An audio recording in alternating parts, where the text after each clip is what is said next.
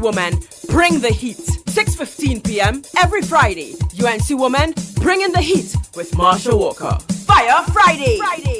Marsha Walker. Join me on U975, Hot Like Pepper, and Douglar Radio every Friday for Fire Friday. Every Friday when we, the UNC Women, bring the heat. 6:15 p.m. every Friday. UNC Women bring in the heat with Marsha Walker. Fire Friday. Marsha Walker. Join me on U975, Hot Like Pepper, and Douglar Radio every Friday for Fire Friday. Every Friday when we, the UNC Women, bring the heat. 6:15 p.m. every Friday. UNC Women bring in the heat with Marsha Walker. Fire Friday. Marsha Walker. Join me on U975, Hot Like Pepper, and Douglar Radio every Friday for Fire Friday. Every Friday when we, the UNC Women, bring the heat. 6:15 p.m. every Friday. UNC Women bring in the heat with Marsha Walker. Fire Friday. Marsha Walker. Join me on U975, Hot Like Pepper, and Douglar Radio every Friday for Fire Friday. Every Friday when we, the UNC Women, bring the heat. 6:15 p.m. every Friday. UNC Women bring in the heat with Marsha Walker. Fire Friday. Marsha Walker. Join me on U975, Hot Like Every Pepper, word. and Douglar. Every line, every paragraph depicts a real moment in someone's life. A father, a sister,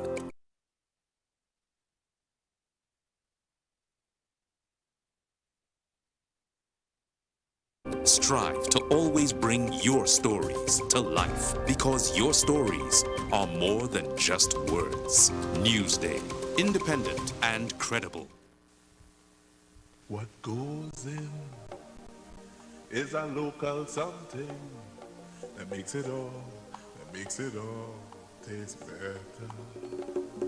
It's the flavor of our culture.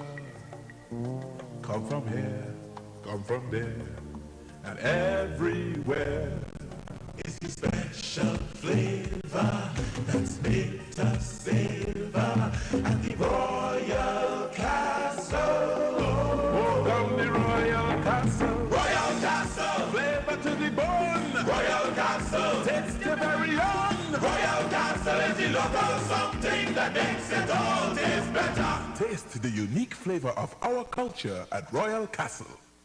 Come to the Waves Restaurant and Bar, Grafton Beach, Black Rock, Tobago. Great ambience, fantastic prices, all COVID protocols observed. Full premium bar available. Call Waves at 731-4646 to make your reservation. Come dine with the Waves Restaurant and Bar, Grafton Beach, Black Rock, Tobago. You must be vaccinated to dine in. Island Hobbies, Bryson Road, Port of Spain, has the largest variety of toys in the Caribbean and South America. No one can beat our prices. If you see it cheaper anywhere else, prove it and we will beat it. Island Hobbies, Bryson Road, Port of Spain. Fresh Street Market, your neighborhood supermarket. Number 3 Andrew Lane, corner Churchill Roosevelt Highway and Andrew Lane, Derby, Mausaka. Opening hours. Sundays 8 a.m. to 6:30 p.m. When you think about fresh produce and good quality food, come to Fresh Street Market, your neighborhood supermarket. Number 3 Andrew Lane, corner Churchill Roosevelt Highway and Andrew Lane, Derby, Mausaka. Le Grand Coulon Spa Resort at Stonehaven Bay, Blackrock. Bed and breakfast rates available. To book, call 283-2597 or 463-2946. Le Grand Coulon Spa Resort at Stonehaven Bay, Blackrock. Douglar Radio is now on U97.5 FM Hot Like Pepper Multicultural Radio, Monday to Friday, 6:15 p.m. to 9 p.m. with Anil Roberts, bringing you the facts on politics and up-to-date information. Also taking your calls on 218-7762. Douglar Radio on U97.5 FM Hot Like Pepper Multicultural Radio, 6:15 p.m. to 9 p.m. Monday to Friday. Get ready for the revolution. Sponsored by Royal Castle. Me watch people, man. Are you ready for On the Road It's Carnival 2022 with U975 and MCTV? U975 FM Hot Like Pepper Radio and MCTV present On the Road 2022. This carnival as we take to various bars every Friday until Carnival. Come and meet our on-air DJs, presenters, and enjoy live soca and chutney performances. Keep listening to U975 and viewing MCTV for our weekly listing of the bars in your area. All COVID protocols are observed and adhered to. On the Road 2022 with U975 and MCTV coming to a bar near you. I don't watch people, man.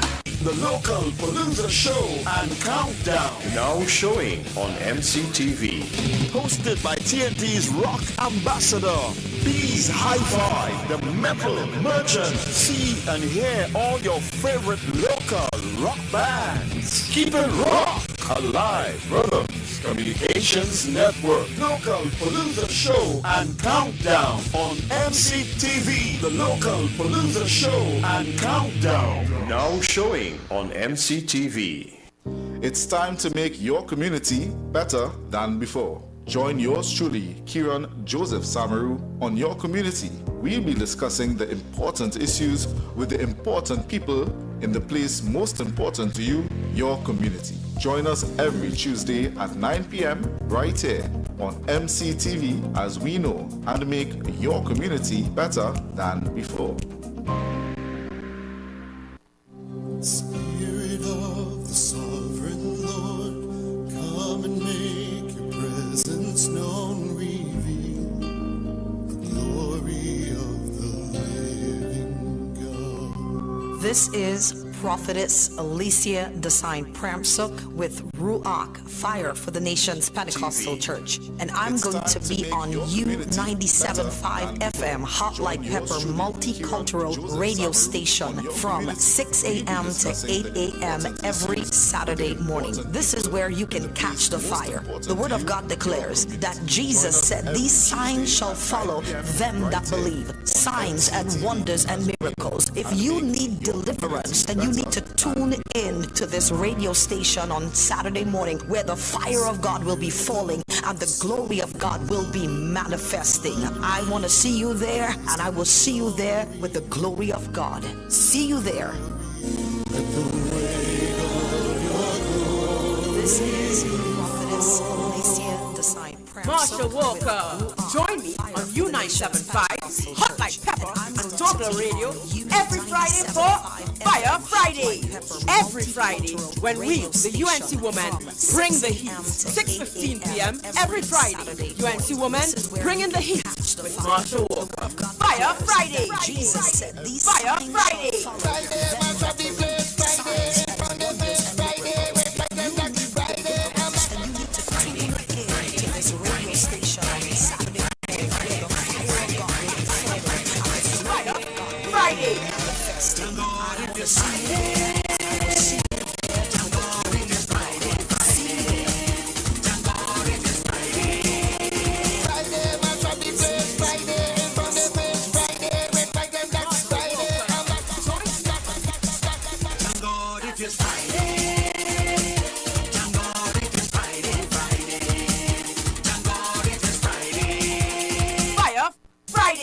Marsha Walker. Join me on U975, Hot Like Pepper, and Douglar Radio every Friday for Fire Friday. Every Friday when we, the UNC women, bring the heat. 6:15 p.m. every Friday. UNC women bring in the heat with Marsha Walker. Fire Friday. Fire Friday.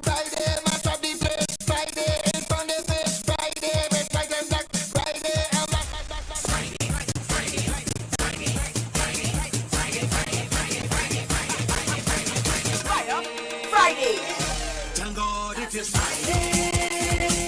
Thank God it is Friday, Friday. Thank God it is Friday. Friday, mash up the place. Friday, in front of face. Friday, we back them back. Friday, I'm back. Thank God it is Friday. Thank God it is Friday, Friday. Thank God it is Friday. Fire Friday.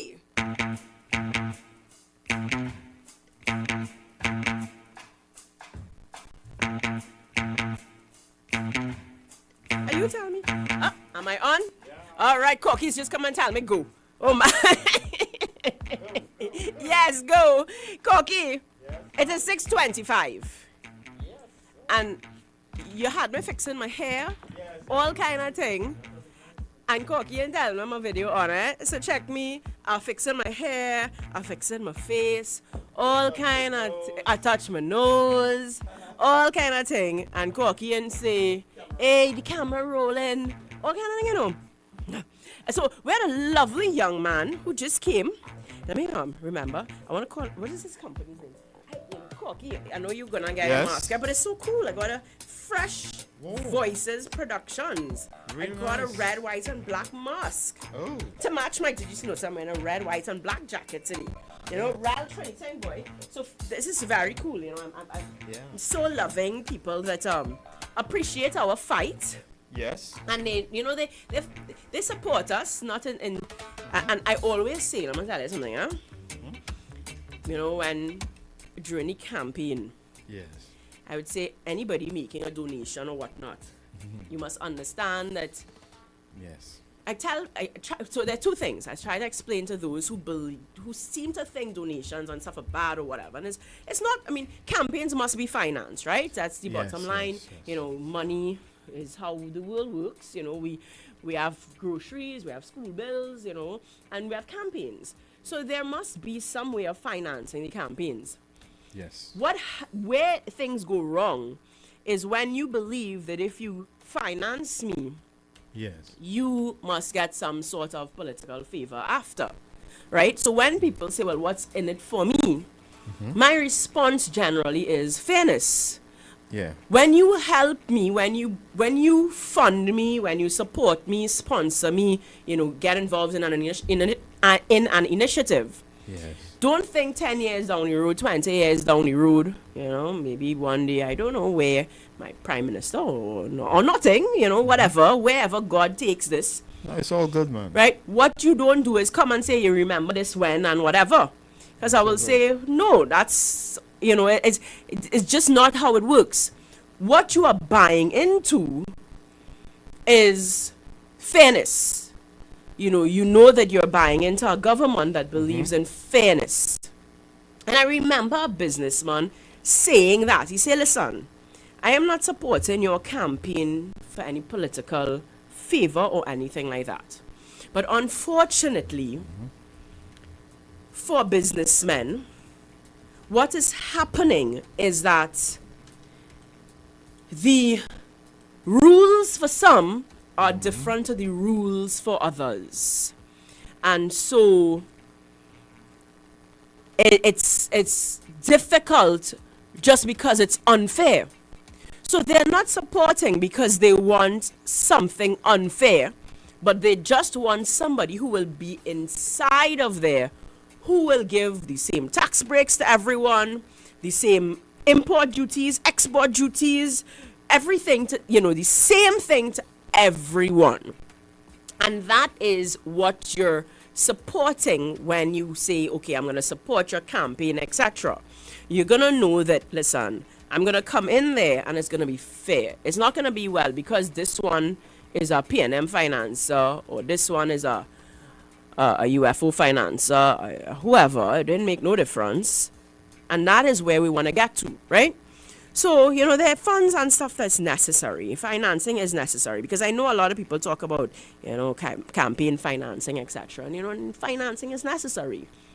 But what you are financing is buying into the idea of people in government who will level the playing field. So it will matter not who you are, what party you're from, or whether or not you financed me. So you don't come to say, well, remember, I financed you, so I should have some special deal. And that's not how it works. You're financing me because you're buying into a better country. So when people ask what's in it for me, well, what's in it for me is you're buying into a better country. Corky, I'm seeing on your screen, is that I'm seeing a bright Kafisha light, Kajo, yes. Kajo? A bright light shining Ooh, over her head. well, boy. Archie boy Yes. is a solemn moment. And You have to I know acknowledge. I mean, I know we're on air. Permit me, Corky, Yes. to just maybe pray for a Yes. few seconds. It And then won't take long if anyone else want to call in and say a prayer too, it's all fine. because Pastor. we ask the family. Yes. You know, I mean, I cannot imagine. I don't know that the autopsy is out, so I don't know what the final moments of this young lady's life would have been. Archie boy, you catch me one time, boy, I come for fire, but Rowley gotta wait because we've lost another mother. This is another child that will grow up knowing that her mother was taken from her young. Oh, what was her age? I think this Miss Kadush, she was 21 or something like that. Young lady. She had You know, a kid or two. Two kids. why are you asking me all those details? You're saying a mother. Yeah, well, they said mother. The Guardian article, the you know. newspaper article said mother. I'm So trying to the- so figure they- out how much kids she had, and you know. Well, honestly, I didn't Alright. dig into all those details. But what I know is that we've lost a mother. You know, so she would be leaving, whether it be one child, two children. She's leaving family behind. I mean, her parents, her loved ones, her friends, and so we ask God for a special Yes. comfort to those that she's left behind. Let us pray. You know, only a way that the Holy Spirit could come in and comfort. God, we ask you to comfort those she's left behind, to bring a supernatural grace that only you can provide, in a way where there is joy at a time when it doesn't make sense, knowing that she is in a better place. And Father, those that she has left behind, give them wisdom to raise her child, her children, in a manner that will be fitting of you. We ask, God, that you use this to somehow, I think of Joseph in the Bible, when he replied to his brothers years later in Egypt, and he said, what you meant for evil, God meant for good. So we trust, God, in this time of pain and in this time of suffering, God, that your will is sovereign and that you are still in control. And we trust that your hand will hold her child, and that the trauma of losing a mother, that you, God, will take control of this child's life. You will comfort this child, and you will put a special angel around this child to help this child grow in the fear and admonition of the Lord, and still be a productive citizen, and still be a servant of Christ. Help this child know that their mom is in a better place. And Father, we ask you, Father, to protect our young women, protect our women, protect our men, but protect our women. We ask you to heal our men, so that these stories that come before us in the news can be eradicated. We need a healing in our land. We appreciate that we have failed our men. We have given them a weird sense of what masculinity is. And we ask you, Father, to show them, to remind us, to bring healing in the land, that gentleness and kindness and patience, these are the fruits of your Spirit, Father. And that your Son, when he left heaven and came to earth, he washed feet. He respected women. And Father, help that example to reign in our land, where our men will understand that true strength is not found in aggression, but in gentleness, in kindness, in honor, in understanding. These are the words, these are your words that you have commanded our men to treat their wives with gentleness and understanding, to honor them. Father God, may our men remember their role in society. God, we really ask you to keep our land, to take our land, to give wisdom to our leaders. Father, it is difficult, but you did call us to pray for those who persecute us. Pray for those who are our enemies. You did call us, Father. You said, what credit is it to love those who are easy to love? So help me even now to love our government, because they are wicked. But you have called us to pray for our leaders and to pray for those wicked.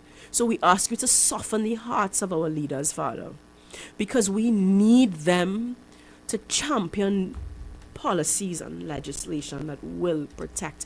That is how you work. You work through human beings. That is how you have ordained things. So while we pray, we are called to pray. We ask that you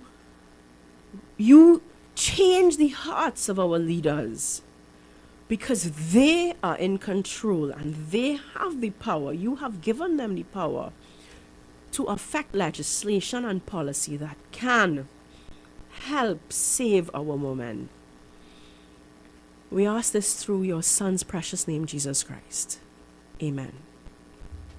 Corky, Archie, next time don't do me that, boy. Oh my gosh. Yeah, Corky, yeah.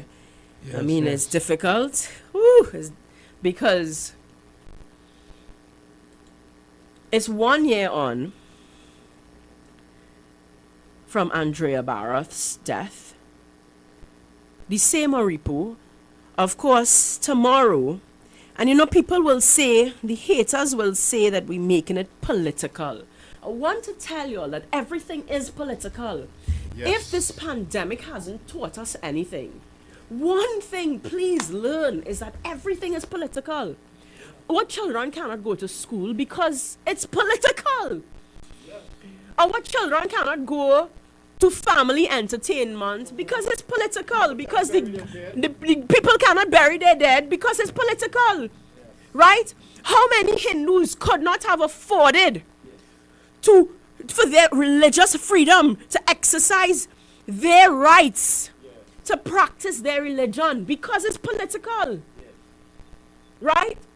I went into a restaurant yesterday and they asked for my vaccination card. Well, I didn't have it. Not that I'm not vaccinated, but I didn't have it. And it didn't matter, because you know why? I had my 2-year-old with me who is not eligible for vaccination. So either which way, we wasn't going to be allowed. So everything is political. And Trinidad and Tobago, our citizens, this is where we must understand.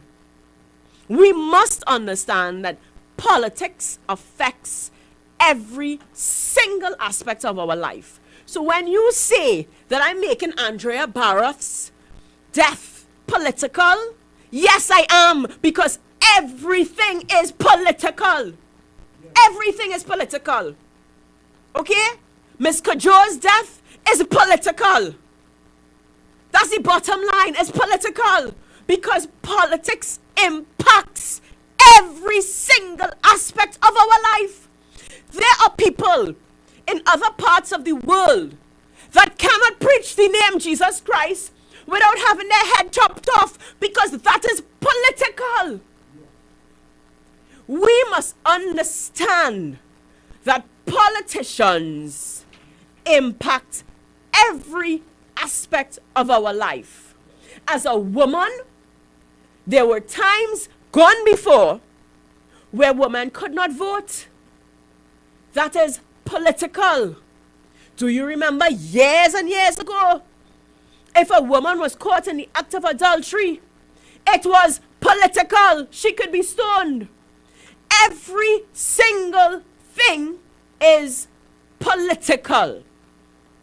So we must make up our minds to get involved in politics.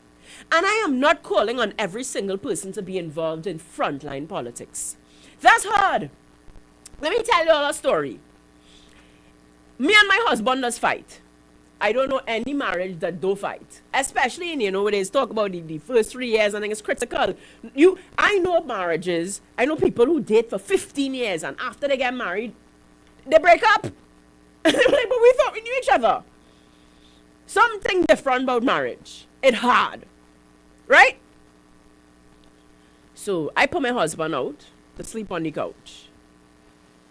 Well, the couch. So let me explain. So I'm gonna be vulnerable with you all, right? I believe in being vulnerable. What you do with my vulnerability, well, that's on you. If you want to use me opening up to you, because if I want to lead you, if I want to represent you, you must know who is representing you, right? So me ain't pretending. You see this fake book thing where everybody likes to pretend they're living their best life when home you're not living your best life. And what does living your best life mean? That it's perfect? No, that's a fallacy. That's why we have high suicide rates and depression, because people think this world is easy. So we made a decision.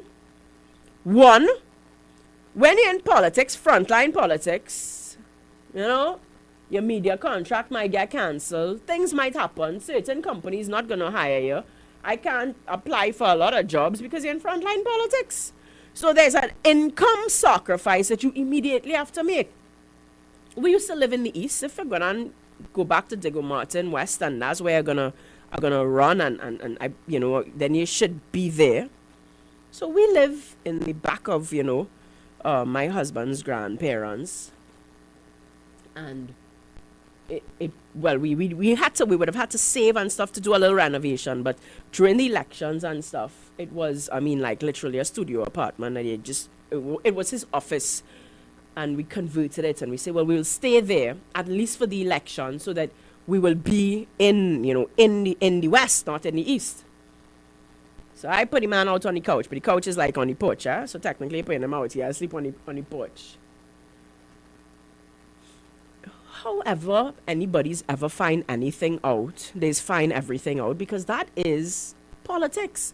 Before they spend money on feeding the poor, they spend money on trying to find your personal details to see how they could break you and make you think, well, this is too hard, so maybe she'll run if she understands early on how difficult this political world is, because not only are they going to exaggerate your personal life, they're going to create things in your personal life.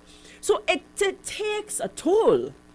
So early on, you have to understand, you cannot trust anybody. You have no idea who you could trust. You have to understand that if you argue with your husband, that is going to be out in the public's eye. Everything. And that's what I mean in terms of politics. Everything is politics. But I don't expect everyone to do that frontline business, because this frontline business is difficult. Imagine, as I say, I have an argument with my husband. Well, this was, as I say, was his election timing, right? And those kinds of things could be on, all them various social media page that like to spread the filth, right? Now, and so you live a lonely life because you have no idea who you could trust. You have no idea. You have to know that any little thing can be taken and exaggerated. You have to know that, and me and Gwen sue every Tom, Dick, and Harry for scandal either. You have to know that is the life. And that's a sacrifice, and it's thankless, because people will say, well, if you choose it. They wouldn't say, well, thanks for choosing it, because your sacrifice will help our life be better and all of that, right? So I am not calling every citizen to the life of frontline politics, because frontline politics, Corky, is a different ball game. A different ball game. I had a television show and stuff, Corky, before politics. Yes. So I had a fair amount of public life. So I had a fair amount of haters. But the hate, oh my gosh, that you get in public life, Corky, in political public life, is a different ball game, Corky. We spoke about that last week a little bit in terms of, Yes. death threats and those kind of things, right? I mean, at one time, Corky, the other day, just recently, when I say recently, within a few months, everything for me in my political life is Yeah. recent. I was a newcomer. Right. I mean, and it's outright lies, right? Yeah. But so they pick something and they throw in a lie with some truth. So but you don't have the energy. I certainly have the don't not I'm not going to whether I have the energy or not. We have bigger problems, right? Yes. I mean, I remember them saying, Corky, on one of them Facebook, that my father sent me to university and I come back pregnant. What? Exactly. Well, I mean, that's one of them. You can just do your research and you'll realize it is not true, right?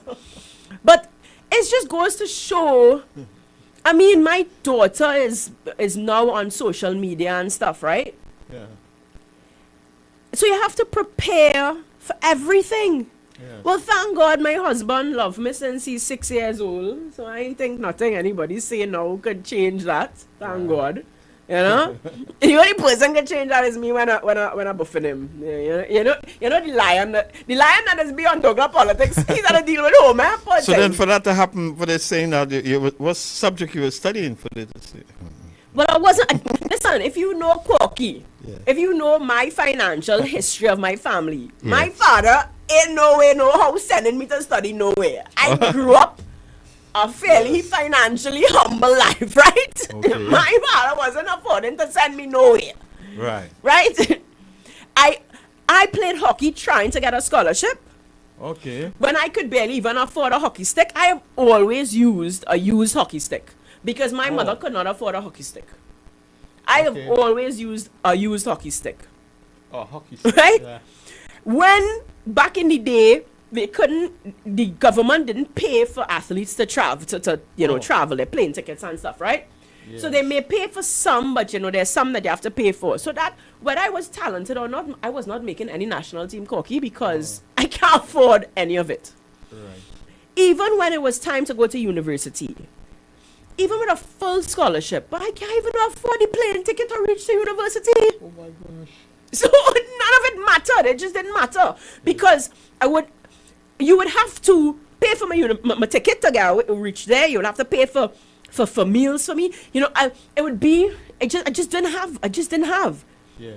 I did an interview, Corky, in my secondary school uniform Yeah. for my job, my first job, first job after school.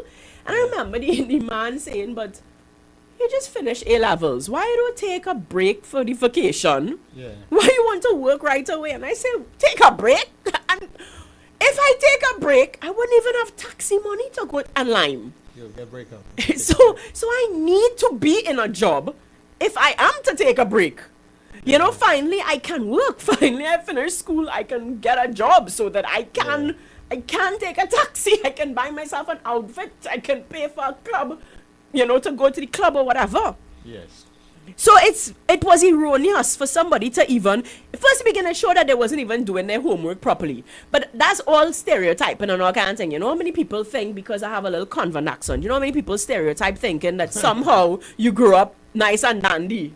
Yeah. Because there is no way that you could speak with such an accent Yeah.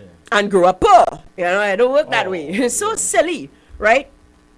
So they think my father sent me England. Give me a break. They didn't send me no England. And so I did go to England, Corky. England came to you. No, I went to England. I went to England. okay. I worked hard. Yes. For me, same job. But I used to see salespeople and I used to say, well, I could be a salesperson because I the little receptionist, but in one of those small companies, so you're doing your pay slips and you're doing everything so I could see what the salespeople making. Yeah. Right? Back in those days, I remember I wanted to just be a school teacher because I thought at that time it was like $3,000 a month. Okay. And I said, well, Corky, if I earn $3,000 a month, I'm rich, Because again, I want to talk about something, but I don't want to reach there because then they're going to say I'm going all over the place. Yeah. But, you know, I grew up in P&M country in Digger Martin West. So that is a mindset that somehow P&M breeds. Like, that's the best you could do. So what our standards are, what our ceilings are, naturally, through this so-called free education system, is so limited. So I just wanted to be a teacher because government work, it's safe, it whatever. But thank God I do this little receptionist job. And again, that was what, get a job. At least if you have a job and it's a secure job, you're successful, you're good, you're employed. That is what I grew up seeing, right? So, I have a job. By now seeing these fellas running on the road, well, it was construction. We used to rent construction equipment. Yes. But you know, one thing, I don't know who teach it to me, but early on, I never really saw male job, female job. I always figure I could do what man could do. So, okay. I can't, well, not like that, because I absolutely believe in, if you know me, Corky, I do believe, I believe in the wife being the wife and the husband being the husband and those kind of things, right? Right. So, but I seen these salespeople, I'm going all over the place, but I seen these salespeople, Corky, and I said, well, I can do this, and I'm making real money, I can do this. And so very quickly I became, you know, the top salesperson, and then I became the general manager and all of that. So by 19, I was a general manager. Okay. By 23, I had left. Hi, how are you? I had left and gone to England because I didn't have the university experience. I had only really known Trinidad. So I wanted to see something more. My friends were already away. They had gone off to hockey scholarships, and at that time, England had a working holiday, so you could work for a year and holiday for a year with, you know, and those who were part of the Commonwealth and whatnot. So I decided I'm going to do that. I had Jesse after I come back from England, so me didn't even understand that. And as I say, I certainly wasn't studying. I went there, I worked, and of course, yes, you know, at that age, we was party plenty and thing. But I had Jesse after I came back. So if they did their research, they would have realized how erroneous the story was. But does it matter whether the story is erroneous or not? No, of course not. It doesn't matter. Because on the page, it have like a gazillion shares, a gazillion likes, a gazillion comments, and you've already damaged my character. You've already had people thinking what they're thinking, because how many people are now going to say, well, you know, I wonder if it's true. Let me go find out. Let me go do my research. Let me go, you know, look into it and whatever, right? Very few people will do that. So they take a story and they run with it. So as I say, you know, coming back to, I don't expect citizens to do frontline politics, right? It's a hard road. But what I expect citizens to do is do politics from a place of doing your research. So don't run with no Nancy story, right? That is politics, whether you like it or not. When you hear a story like, well, you know, Marsha kick out her husband and he's sleeping on the couch. Or Marsha went to England and get pregnant. Politics is, you being politically responsible is doing research, finding out for yourself, maybe having a conversation. I am not Keith Rowley. I am very accessible, right? I am very accessible. Find out for yourself, get to know me for yourself, and make decisions for yourself. And that is what I mean by getting involved in politics. When you see a headline, make a decision to go further. Don't either just say, well, it didn't matter to me. So you see this, drink your water and mind your business. Politics is your business, so you best mind your business. That is your business. The way the country is governed is your business. It impacts every avenue of your life. It impacts. So drink your water and mind your business, but understand that your business is politics. So we cannot be apathetic. We cannot be laissez-faire. We cannot be, well, they're politicians. You have to pay attention. You have to understand that your children's future depends on it. And COVID has shown us that your immediate depends on it. Your present depends on it. How many people are unemployed? And I want to address that. We will address that after the break, because I'm seeing that we coming to the top of the hour real fast. I don't understand. I don't understand how this show going so fast. Right? These things impact our lives, Corky. And so we must wake up. You know, people like to say stay woke. I don't know if that's still a saying. My daughters always laugh at me because, you know, I'm a grey patch showing and all of that, right? So like my age starting to show. But, you know, stay woke. That's a Corky at the time, you know, that's still a saying. We need a young person, you know, Corky. Right? So we must wake up and pay attention and see truth from propaganda, right? We're seeing what's happening with Gary Griffith, and they are totally trying to destroy his character. And I said it with Farley Augustine. I said it. This is exactly what they did to Kamla Prasad Bissessa. And I say it all the time. I fell for it. I grew up in PNM country. I am from Diego Martin West. I did not vote in 2015. I bought into the propaganda. Because that, and I think Gary Griffith said it this week, you know, there's a one-trick pony. Because all they have is character assassination. That is all. Because they cannot win on policy. They can't. They can't win on facts. They can't win on policy. They cannot win on clean politics. So all they can do is attempt to assassinate someone's character. So they spread these lies. They use this propaganda machine. Right? And what we are seeing is happening with Gary Griffith right now, where all that they're trying all how, and we will talk about the details of what they're doing. They did with Kamla Prasad Bissessa. So that you now have people who blindly hate Kamla Prasad Bissessa. Right? You know, like how you have blind loyalists? You have those who blindly hate our political leader. And some blindly love her. Well, I don't know. Blind love would indicate that there's something wrong with her and you love her. I love her. No, but I will say it's not blind love. It's for blind people. Yes. Yeah, what? Oh, you mean like physical? Oh my. It's cocky, yeah? So you have these people who, no matter what new information is given to them, no matter how you can show them, no matter what facts you bring before them, it's like a stubbornness that I am going to hate her. Yeah. And that is what I talk about with the character assassination, etc. Well, even after I've brought information here to clear up me and my England trip and all of that, some people say, no, she lying. I go lie about my own life and somebody else telling the truth about my life.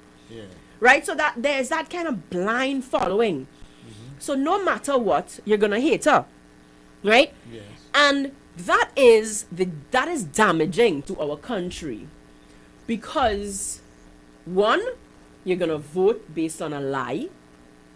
And two, you're going to turn off good leaders. Let's assume that, I was slightly more fragile in personality. I may have said, nah boy, I don't know this politics thing, it is too much. And there are a lot of very, very good young professionals who will not get involved in politics because we make it unnecessarily difficult to get involved. And so unfortunately, the only people that lose is us, is the country. Because a lot of good people will not get involved in politics because one, from the time you're now a politician, all the time I was a activist and she does such good work for children and everything. All the time I was a good person, but the day I become a politician, it's like I'm no longer Marsha Walker that was looking out for kids, right? So people are afraid of their character being smeared, etc. So that kind of politics, that kind of propaganda, when we allow that kind of propaganda to be fueled, and because the PNM has been successful, when you look at how long they are good at winning an election, and when we allow that kind of propaganda politics, Corky, to win, what we say to them. Oh gosh, they hearing it on the radio. Yeah, the big That truck, is the truck, the the big truck truck, is- the big truck. They're And getting it's- ready to roll out. Yes, well, maybe we should go. It's the 1 bars. minute to 7. Let's go we to can the- just go yeah. on the break. All Yes, right, we're good. gonna go on the break so that the Wow. big truck can do their thing, and then by the time they drive off, we'll be good again. We're going on a break. Don't go anywhere. It's Fire Friday with Marsha Walker. Oh yeah, we'll be right back. What goes in is a local something that makes it all taste better. It's the flavor of our culture. Come from here, come from there, and everywhere. It's the special flavor that's made us savor at the Royal Castle. Welcome the Royal Castle. Royal Castle. Flavor to the bone. Royal Castle. Taste the very own. Royal Castle is the local something that makes it all taste better. Taste the unique flavor of our culture at Royal Castle. Come to the Waves Restaurant and Bar, Grafton Beach, Black Rock, Tobago. Great ambience, fantastic prices, all COVID protocols observed. Full premium bar available. Call Waves at 731-4646 to make your reservation. Come dine with the Waves Restaurant and Bar, Grafton Beach, Black Rock, Tobago. You must be vaccinated to dine in. Le Grand Coulon Spa Resort at Stonehaven Bay, Blackrock. Bed and breakfast rates available. To book, call 283-2597 or 463-2946. Le Grand Coulon Spa Resort at Stonehaven Bay, Blackrock. Fresh Street Market, your neighborhood supermarket. Number 3 Andrew Lane, corner Churchill Roosevelt Highway and Andrew Lane, Derby, Mousica. Opening hours. Saturday 7:30 a.m. to 7:30 p.m. Sundays 8 a.m. to 6:30 p.m. When you think about fresh produce and good quality food, come to Fresh Street Market, your neighborhood supermarket. Number 3 Andrew Lane, corner Churchill Roosevelt Highway and Andrew Lane, Derby, Mousica. Island Hobbies, Ryson Road, Port of Spain, has the largest variety of toys in the Caribbean and South America. No one can beat our prices. If you see it cheaper anywhere else, prove it and we will beat it. Island Hobbies, Ryson Road, Port of Spain. Me, I don't watch people, man. Are you ready for On the Road This Carnival 2022 with U975 and MCTV? U975 FM Hot Like Pepper Radio and MCTV present On the Road 2022.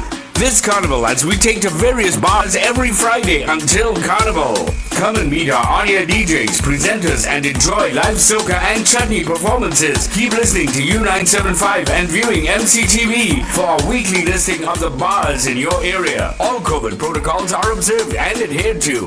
On the Road 2022 with U975 and MCTV coming to a bar near you. Yes, and the first stop will be at Roxbury, Chin Chin, Junction, Cunupia.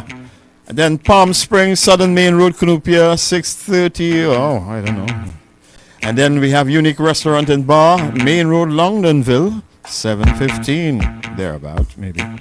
And Escobar and Lounge, that's on Fitz Street, Montrose, Chaguanas. All right. Check out the guys. They're on the road. They're on their way now to those bars.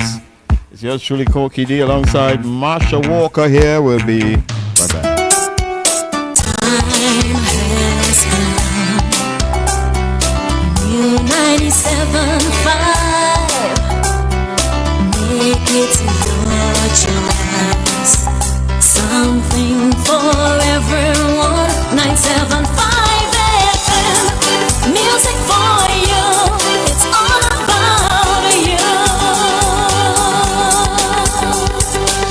97.5 FM, Hot Like Pepper, Multicultural Radio. Power to the listeners. Fire Friday! Friday, mash up the place. Friday, in front of the face. Friday, red, white, and black. Friday, and black.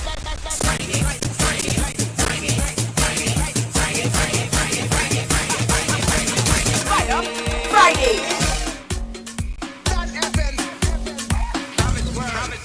I go drink water and mind my business. Mind my business. Drink water and mind my business. I go drink water and mind my business. Mind my business.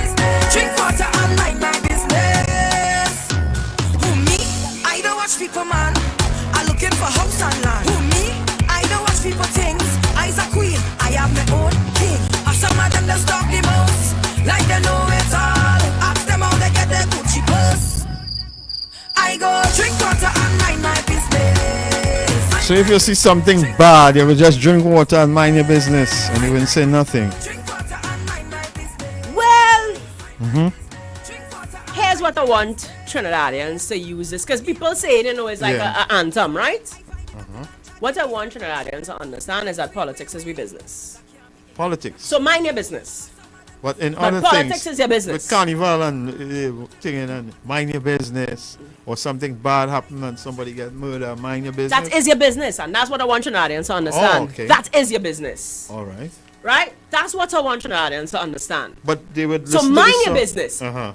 But your business, we need to understand and switch our perspective that this is our business. So when we have her name is Kathisha, I think. Yeah. I hope Katisha Kujo. Yes, Kathisha. Yes. I want to make sure, you know, people's names are important to me. Yes. You know, I did not have an opportunity to ask her, Yes. right? But when Kathisha Kujo is found, a year later, whoosh, we have calls. And I didn't take calls the first time, so let me take my calls. Yes. Cookie, this is my one here. That's your And say, headphone. let me- Hello.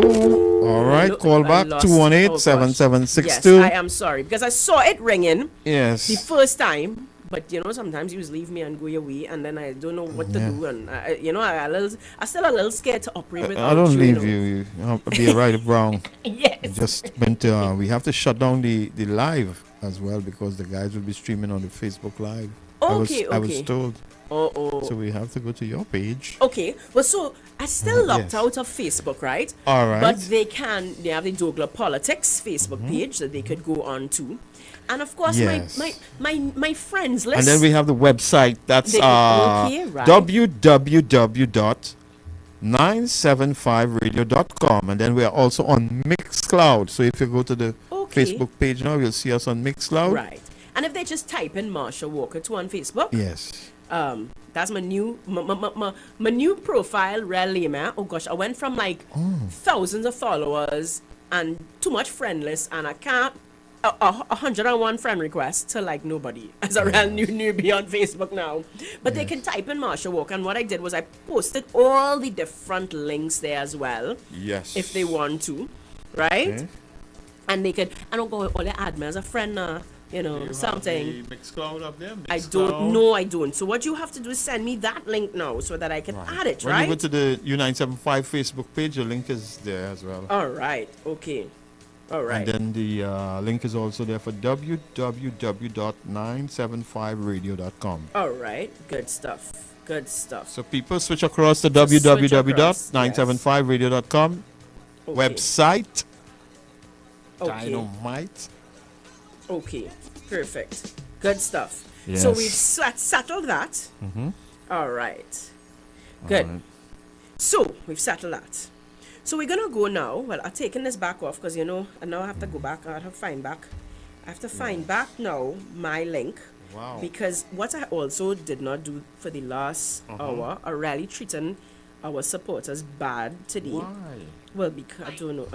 So I'm going on to the live now. Oh gosh, you see, is Archie still has our angel's picture up. Archie, I cannot mash up the place looking at this young lady, because there is, it's like I have to tune off a little bit, boy. I don't know, but anyways, the bottom line is Corky.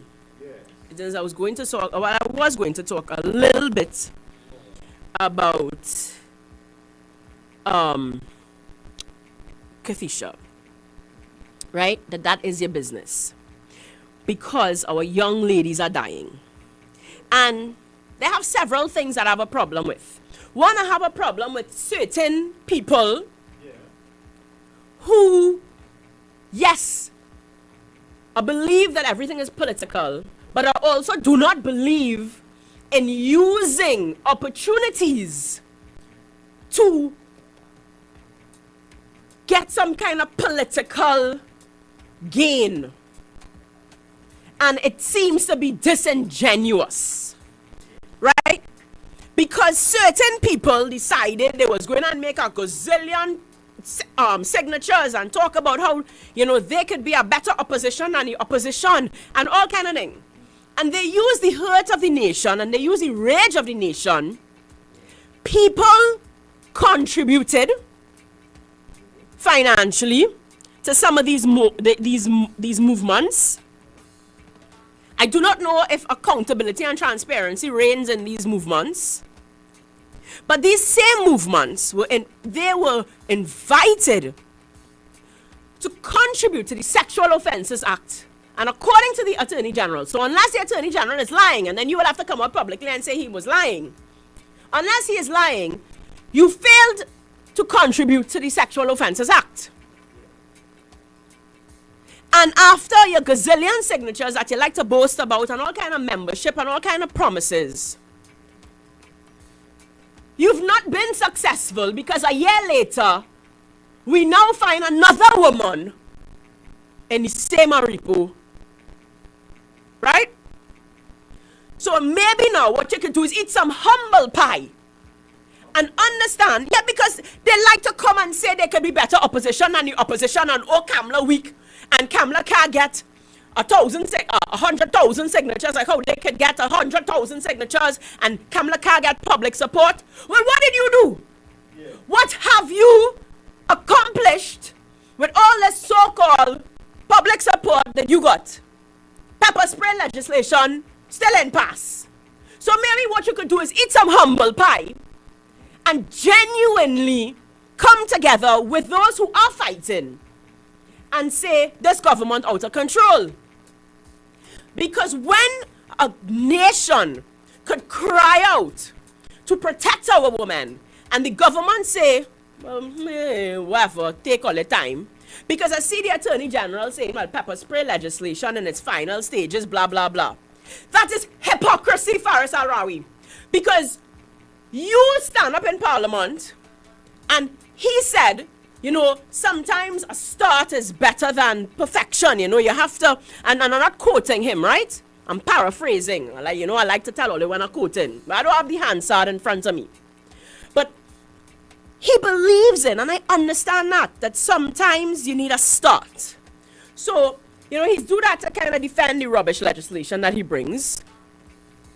But what he was saying, and specifically again with the Sexual Offences Act, because that one I was there for and whatnot, right? And he questioned and he took front and say it needs to go to a select committee because there are a lot of intricacies. And that's the reason, Bridget, that you have debate. That's the reason he does do them thing. So that we could work out the fine details of the legislation, right? So you have already, that is your stance. You, Faris Al-Rawi, believe that sometimes you must just get a start on it. So bring the legislation and we go work it out in a select committee. But now you come in to say it's in the final stages. Bring it! Bring the legislation so that we could begin to work on it. That's what you need to do. Bring the legislation. Because you're going to leave me to believe that you are lying. That once again, you're not telling the truth. Because you could put up fireworks legislation overnight for us to consult on, but we have nothing to consult on for pepper spray. Really? We desperately need some kind of legislation. And I gotta tell all you personally, I'm not sure that pepper spray is where I want to go. I will say that I do believe we need, and I spoke about that, legislation and yes, I understand lawyers like to say you can't control the magistrate. You can't, but legislation can certainly be passed in a way where healing of our men is important. I don't believe in locking away men and throwing away the key and saying there's monster. Because those young men was cuddly little boys at one point in time who just wanted their mommy. And somewhere along the line, our society failed them. And we must begin to heal. Otherwise, they will go on to do it to somebody else. Right? And they are important. Even if they don't go on to do it to somebody else, we cannot lock our men up in prison because at the end of the day, it means that they are not outside contributing to raising children and wives and contributing as men in our society. So we must help them heal. But as we you say must have that, legislation that helps them. but as you say that, why would someone want to murder somebody or kill someone or even think about that? Because as a man? somewhere along the line, okay, they have something called adverse childhood effects, right? It's ACE, right? Adverse childhood experiences. That's what it is, not effects. Right. Adverse childhood experiences. Some examples of that. Right. So an adverse childhood experience, one, is divorce. Whether we like to admit it or not. So in the modern day culture, because when things become normal, when we normalize things, it doesn't mean that it's good, or it's right. Right. And that is something that those are hard conversations that we have to have. So when you normalize rage, we give it a term, road rage, and people say, well, I suffer with road rage, and it's like nothing. It's still rage, and it needs to be worked out. You need anger management, right? Yes. When we normalize, a prime minister could say that golf courses are like women, and women need to be groomed. That is normalizing the objectivity, the objectifying of women. That is the disrespect. And I speak about our culture. When you see that song Take Bamboo, I think it should be banned. Okay. I know it's not a popular opinion. Take but bamboo. Take bamboo. Here's why I have a problem with that. More than anything else. Do you know Sean Luke, his case was finally closed just a few months ago. And if we remember Yes. How he died. Yes. What is the word in that case? What is the object in that case? Yeah. What did he use? Tell me the word. Yes. Cane. Right? So I find it insensitive that months later we telling woman take bamboo. And drink water and mind your business. No. Drink water and mind your business is one thing. But man should never tell a woman take bamboo. Are you mad? How is that romantic? How is that respectful? You could never respect a woman and watch her and tell her take bamboo. Are you mad? But there have been plenty songs since in the Throughout past. Throughout the years. That when you Smutty. look, and that is what I mean by normalizing the disrespect of women. We have normalized the disrespect of women. So when you ask, how could? One, we've normalized the disrespect of life. We have normalized, and that's why it is easy to just shoot a man. You get vexed, you pull a trigger, because there is no value anymore in life. And if you go further into things, Corky, the breakdown of family life. So when we have our men in jail, let me tell you, I was a single mother So for a doesn't the long time. government have a Corky. lot to be blamed too? If they had put cameras and do certain things and had Mr. Right, but you see, but that is going past. So they have a lot. It's a whole multi-pronged approach, and that is why they need to act, because you want to catch them. Cameras and stuff will only catch them. But remember what I'm saying is one, you want to raise men that we don't need to be catching. So you want to raise men that are productive, that are emotionally capable, that are mentally stable and healthy. So that's what I was talking about with the adverse childhood experiences. So when a child is a product of abuse themselves. Oh, we have a call. Take the call. No problem. Let's take this call. Take the call. Right here. Hello, good night. Good night. I want to speak to Marsha Walker, please. You are speaking to Marsha Walker. Marsha, good night. I the guy who tell you about P&M in our bread and people win bites. How you doing? Yes, I am good. Okay, well, I live in city and the name is Ali. I ain't afraid to say it, Nizam Ali. I like it, Right? you know, I like the bold-facedness that people coming out with. They're not afraid of victimization. Yes, but I hear the Prime Minister talking just on television, they had news that about corruption and who about... But he talk about corruption, but he is the head of corruption. Yeah. He's the head of corruption, so who we trying to fool? These people are them real ridiculous and crazy down that I don't know you. But we allowing them. Yeah, we know we are. That's why I better tell them Rowley must go.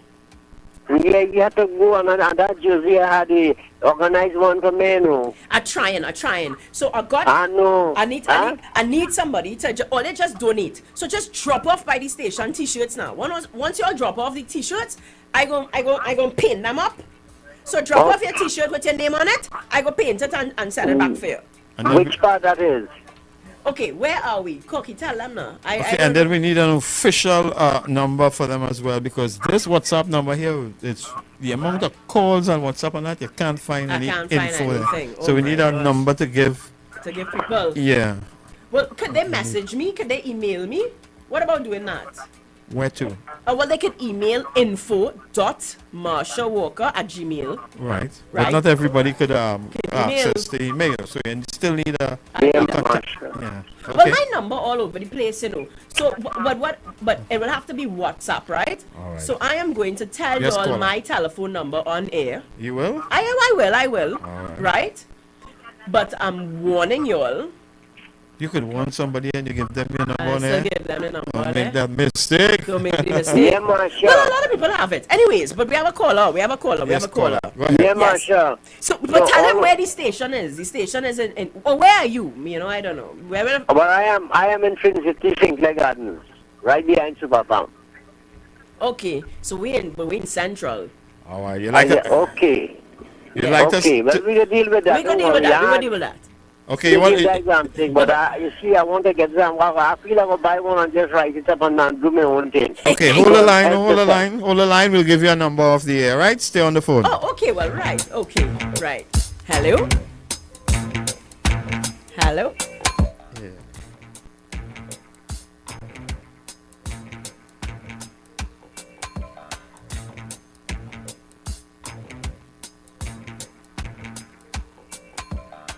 Le Grand Coulon Spa Resort at Stonehaven Bay, Blackrock. Bed and breakfast rates available. To book, call 283-2597 or 463-2946. Le Grand Coulon Spa Resort at Stonehaven Bay, Blackrock. Fresh Street Market, your neighborhood supermarket. Number 3 Andrew Lane, corner Churchill Roosevelt Highway and Andrew Lane, Derby, Mousica. Opening hours. Saturday, 7:50 a.m. to 7:30 p.m. Sundays, 8 a.m. to 6:30 p.m. When you think about fresh produce and good quality food, come to Fresh Street Market, your neighborhood supermarket. Number 3 Andrew Lane, corner Churchill Roosevelt Highway and Andrew Lane, Derby, Mousica. Come to the Waves Restaurant and Bar, Grafton Beach, Black Rock, Tobago. Great ambience, fantastic prices, all COVID protocols observed. Full premium bar available. Call Waves at 731-4646 to make your reservation. Come dine with the Waves Restaurant and Bar, Grafton Beach, Black Rock, Tobago. You must be vaccinated to dine in. Island Hobbies, Bryson Road, Port of Spain, has the largest variety of toys in the Caribbean and South America.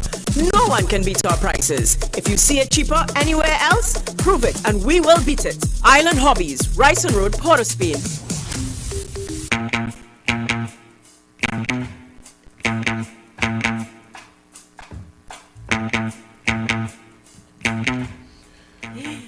Okay, so I gave the telephone number off air for everyone. I see.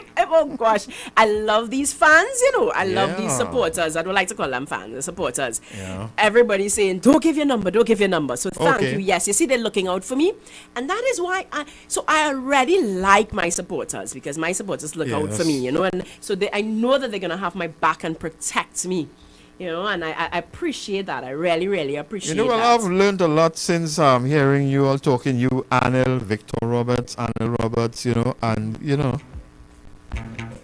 You did? Well, tell us what you learned now. You want to tell me? It's a dangerous kind of. Yeah. I know. And then Mr. Victor Roberts, he showed me where he got shot.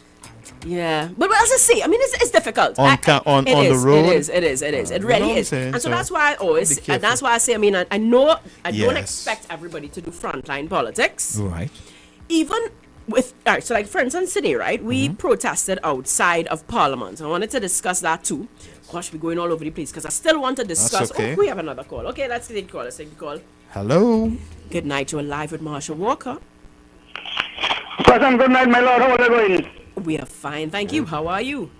Everything at Chutney boy here, man. The king of Chutney in Trinidad and Tobago. Yeah. And your name is? I bring the girl from Miami and she want to hear some sweet, sweet chutney.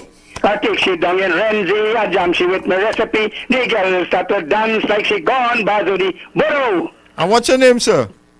Chutney boy, they call me Alvin Alexander here and Allenson, all the radio station. I am a religious man, and I'm also a unity man, and one love and respect to everybody, and God bless everybody in the faith. Nice. All right. You take care, man. God bless you, my lord. You too. Good. Okay, My thank lord. you.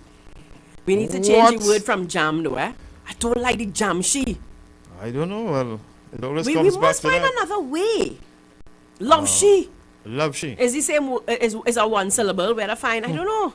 You know? Yeah, well, I don't know. We have to talk to the artists. Yes, and that is what, and that's what I'm saying, right? So we went. You spoke about. You were asking about why and how a man could do that, and we as a society, and this is where we have to take stock, because I always say, you see filth, or I like filth, right? And I will spell filth for you all another day. I'll put it on the chat or something how I spell filth, but it starts with PH. Oh, PH. PH. It has IL in the middle and TH at the end. Read between the lines, Corky, and you will understand. But anyway, that's why I don't like when people view certain filth on social media, because what it says to me is that there is an appetite for it. And these things go into your subconscious. Yes. And then there is a subconscious disrespect for women. Which is why I have a problem with Keith Rowley. This is why I have a real problem with Keith Rowley. Because I find that he does not show respect for women. Right? That's the bottom line. We see things like, you see, when he could sit down and say, I am not in your bedroom, choose your man wisely. It shows that he does not have an understanding for things. He says a lot of things that are disrespectful to women. So when the head honcho man of the land says things that are disrespectful to women, when songs that are disrespectful to women are taken in and digested, then we have normalized the disrespect of our women, Corky. So that's one thing. When you say, how could a man do that? It's because we as a society have normalized the disrespect of women. So there isn't a feeling. All right, so for instance, murdering a woman is not normalized, right? We still feel an outcry for it. So hopefully that will never become normalized, because we are becoming numb to it, and that's the whole thing. When we become numb to certain negative behavior, it becomes easier to do. And that is what it is. It becomes easier to do negative behavior. So for instance, PNM and the propaganda, we have become normal to it, because it's all the time. Nobody's saying anything about it. No, everybody accepting it, and it helping you win an election. So we could do it, right? Just like if you tell a child, well, go ahead and cheat on an exam, and if the child realize every day they're cheating on the exam and winning, and they've gotten through life being a cheater, they will start to believe that this is good, this is right, this is the right thing to do, because it's served me, right? So you have that, and then I come back down to this. Well, I like adverse childhood experiences, because that is something that I want to lobby for. People talk about why in politics, because at the end of the day, politics involves policy making, right? And I don't want to hand out hampers for the rest of my life. I don't want to have to be fixing man, fixing woman, fixing broken systems for the rest of my life. I want to create a system that isn't broken, that we don't need to fix. And that's what I'm talking about. We need to raise our men, raise children that don't need to be fixed. Raise children that don't need therapy later on. Raise children that don't need healing. So that you raise a child who becomes an adult. You raise a man who becomes a father who can now raise a son. And the cycle is broken. That's what we need. And so our policies must start to take all these things into consideration. It's not just a matter of, well, we put up some more cameras and catch them and throw them, lock them up and throw them away. It can't. We have to mature as a society past that. Well, we didn't even reach the stage of catching these people and throwing them away. So we should at least try to get there. But we need to create young men that we don't need to catch in the first place. That's the bottom line. So our policies must go further, which is why I have a problem with the Attorney General not genuinely holding consultation. And you see, the political leader spoke today about the whistleblower bill, right? And in 2018, they brought the bill. Then they had a joint select committee, and they've totally disregarded the joint select committee and bring back the same bill in 2022. Waste of money, waste of time, waste of consultation. And these things are frustrating. I remember the parenting bill that was 3 years ago or whatever it was, green paper consultation, and nobody take it on. We had a special select or joint select committee on violence in schools years ago. And that was a repeat of one that they had years before that. And every time we spend money on all these consultations and we don't implement it. We don't implement it.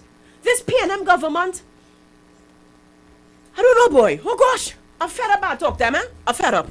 I'm fed up, cocky. Because it's like we ain't going nowhere. And that's why I keep saying I have to talk to citizens. Because they are what they are, and citizens have the control. I mean, to just vote them out. Just vote them out and never put them back in. Because I'm fed up. I'm fed up of near 60 years of them just having no clue of what to do. No clue of what to do. Right? And as I say, I want to talk to these so-called third parties who think they're better than the opposition, and 1 year later, after totally taking advantage of the pain of this nation, they have not impacted. So again, what I'm calling on you to do is eat some humble pie, and for the first time, take your bullets and turn it to the PNM. Unless, of course, you are being paid by them to insult the UNC. Unless that is what the agenda is. Unless you are part of the whole corruption, take your bullets and adjust it to the PNM. Because now you should see 1 year later that after you have been able to generate the public support that apparently you think the UNC cannot generate, after you have done all your work and whatever, blah, blah, blah, you've not been able to bring the government to do anything. Because this government has no regard for the Constitution, for the law, for the nothing. They do what they want. Which is why citizens now, and I use the term burn the tongue down, I mean as a metaphor, because I do not believe in doing anything illegal. But we must pound the pavement, and I keep saying, use social media, all I know I keep saying that, and I will keep saying that until every day I turn on to Keith Rowley's Facebook page, and I don't see 100,000 Keith Rowley must go. Every day, I'm going to find, you know what I need to do is find the email address for Keith Rowley, and I'm going to put it up publicly. That's what I'm going to say publicly, right? Right. And we're going to find cell phone numbers and all of that. And we must say Keith Rowley must go every day. Every morning he must go. And then we can do this. And say, what's that? PNM must go. Rowley have to go. Tell them go. Rowley have to go. Rowley have to go. PNM must go. Rowley have to go. Rowley have to go. Everyone's coming out to bring up. Now this is a song we can play. I see young and old, we crying out for this. Rowley have to go. Rowley have to go. Government to do policy, a government to do joke, a government to do fight freedom, a government to do good, a government with integrity. Now look how they understand. A government in city and tea, now without the ballhead man everybody. Rowley have to go. Rowley have to go. PNM must go. Rowley have to go. Rowley have to go. Tell them go. Rowley have to go. Rowley have to go. PNM must go. Rowley have to go. Hey, now everybody let's vote for them.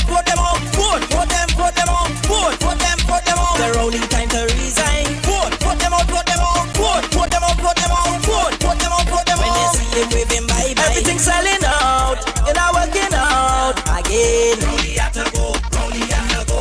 It's only drought, like they will wipe out we name. Rowley had to go. Yeah, we want a government to deal policy, a government to do joke, a government to do fight me down, a government to do good, a government with integrity. Now look how they understand. A government in city and tea, now without the bullet man everybody. Rowley had to go. Rowley have to go. Rowley had to go. Rowley have to go. Rowley have to go. Tell them go. Rowley have to go. Rowley have to go. Rowley had to go. Rowley have to go. Rowley Now have to go. everybody let's vote. Put them out. Vote. Put them out. Vote. Put them out. The Rowley time to resign. Vote. Put them out. Vote. Put them. Put them out. Vote. When you see him wave him bye-bye. Bye-bye.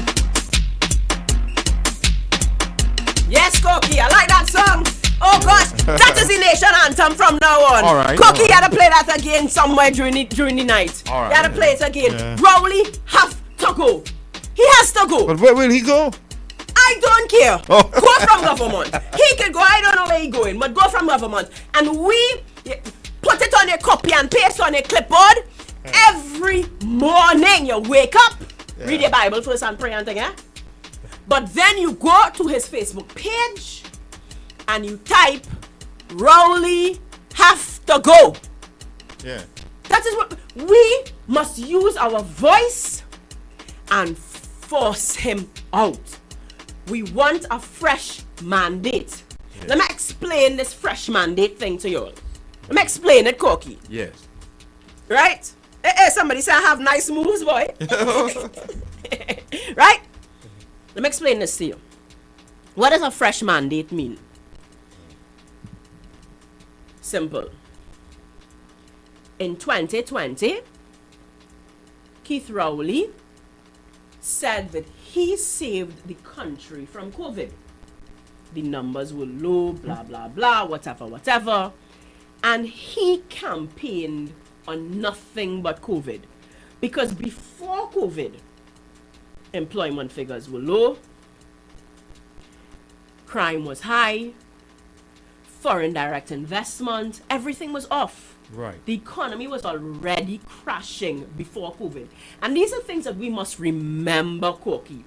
Before COVID, Keith Christopher Rowley had already dipped into our HSF funds, Corky. Okay. And let me remind the country, Keith Christopher Rowley was the first Prime Minister to do that. Oh, yeah? Every other government deposited money into our nation's savings. Right. Well, except for the people before Panday, because before that they didn't have the hindsight to even have savings, right? So we wouldn't go down there, because I've said that before. PNM did not have the vision to save. Imagine that. You do not have the vision to save. So when you tell me, but we go in there, I will go there later. You know, the history, I like to give political education and history and stuff. And I was having a conversation with my 12-year-old, and I told her, it's a good conversation to have on radio. Anyways, so maybe I'll bring her so she'll ask the questions. But, right, so we're going down the road of the HSF. Since the UNC came into power, the UNC decided, because the UNC is good government, brains, thinkers, right? And they said, well, all this money, you don't think we should save? When even, they have a book called Richest Man in Babylon. And basically he says that, no matter what, you will never have enough money. So even if you're earning $5 for the day, he would say take 5 cents and put it away. Always put away something, just something. Yeah. So it may feel as though 5 cents is nothing. But 5 cents is still better than nothing. So put the 5 cents away, right? And then one day you might earn $10 a day. So put 10 cents away.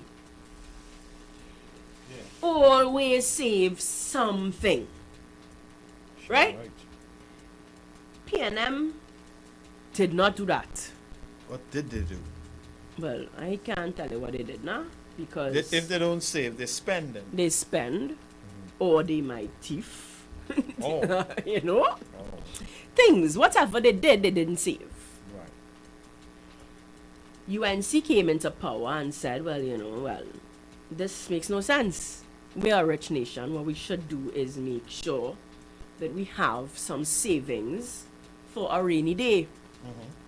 So they implemented it. It wasn't called the Heritage and Stabilization Fund then. Huh? Patrick Manning rename it and whatever. Because, there's always trying to find some way of claiming it's their own. Eh?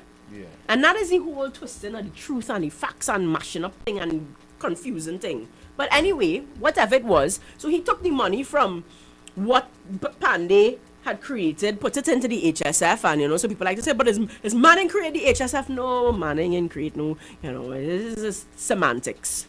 So anyways, so since then, governments put money in and they deposit money in, just like a savings account.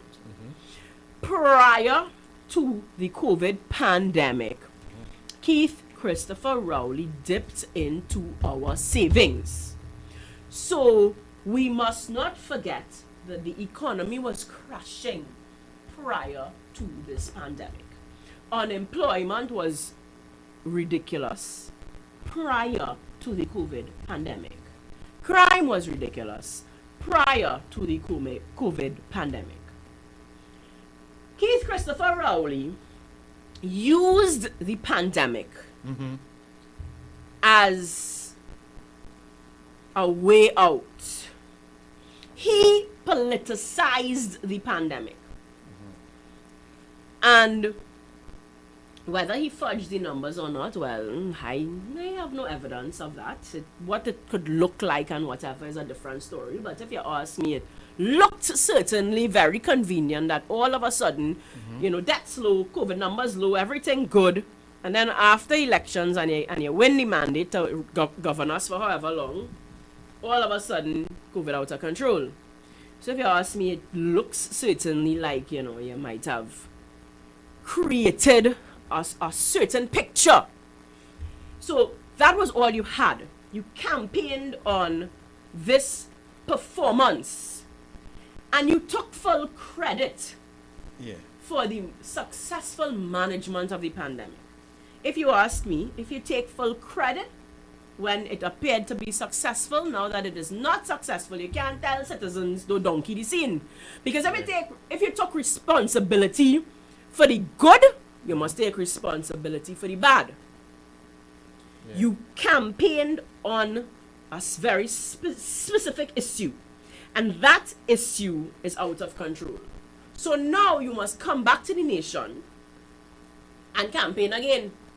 Because clearly you lied to the nation or you have failed the nation. So you have to come back now and use something other than COVID. You had to find something else. Because, if you use COVID now, I think he gonna lose a whitewash. Yeah. It's gonna be another Tobago. So you have to come and get a fresh mandate. You have to say, listen, I campaigned using COVID in 2020. COVID is totally out of control. I have failed. And so I need to come back to the citizens, do the honest thing, and say,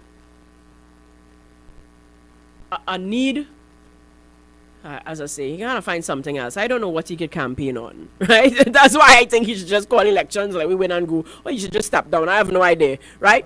But he has to call a fresh election and come back and say to us why we should keep him there.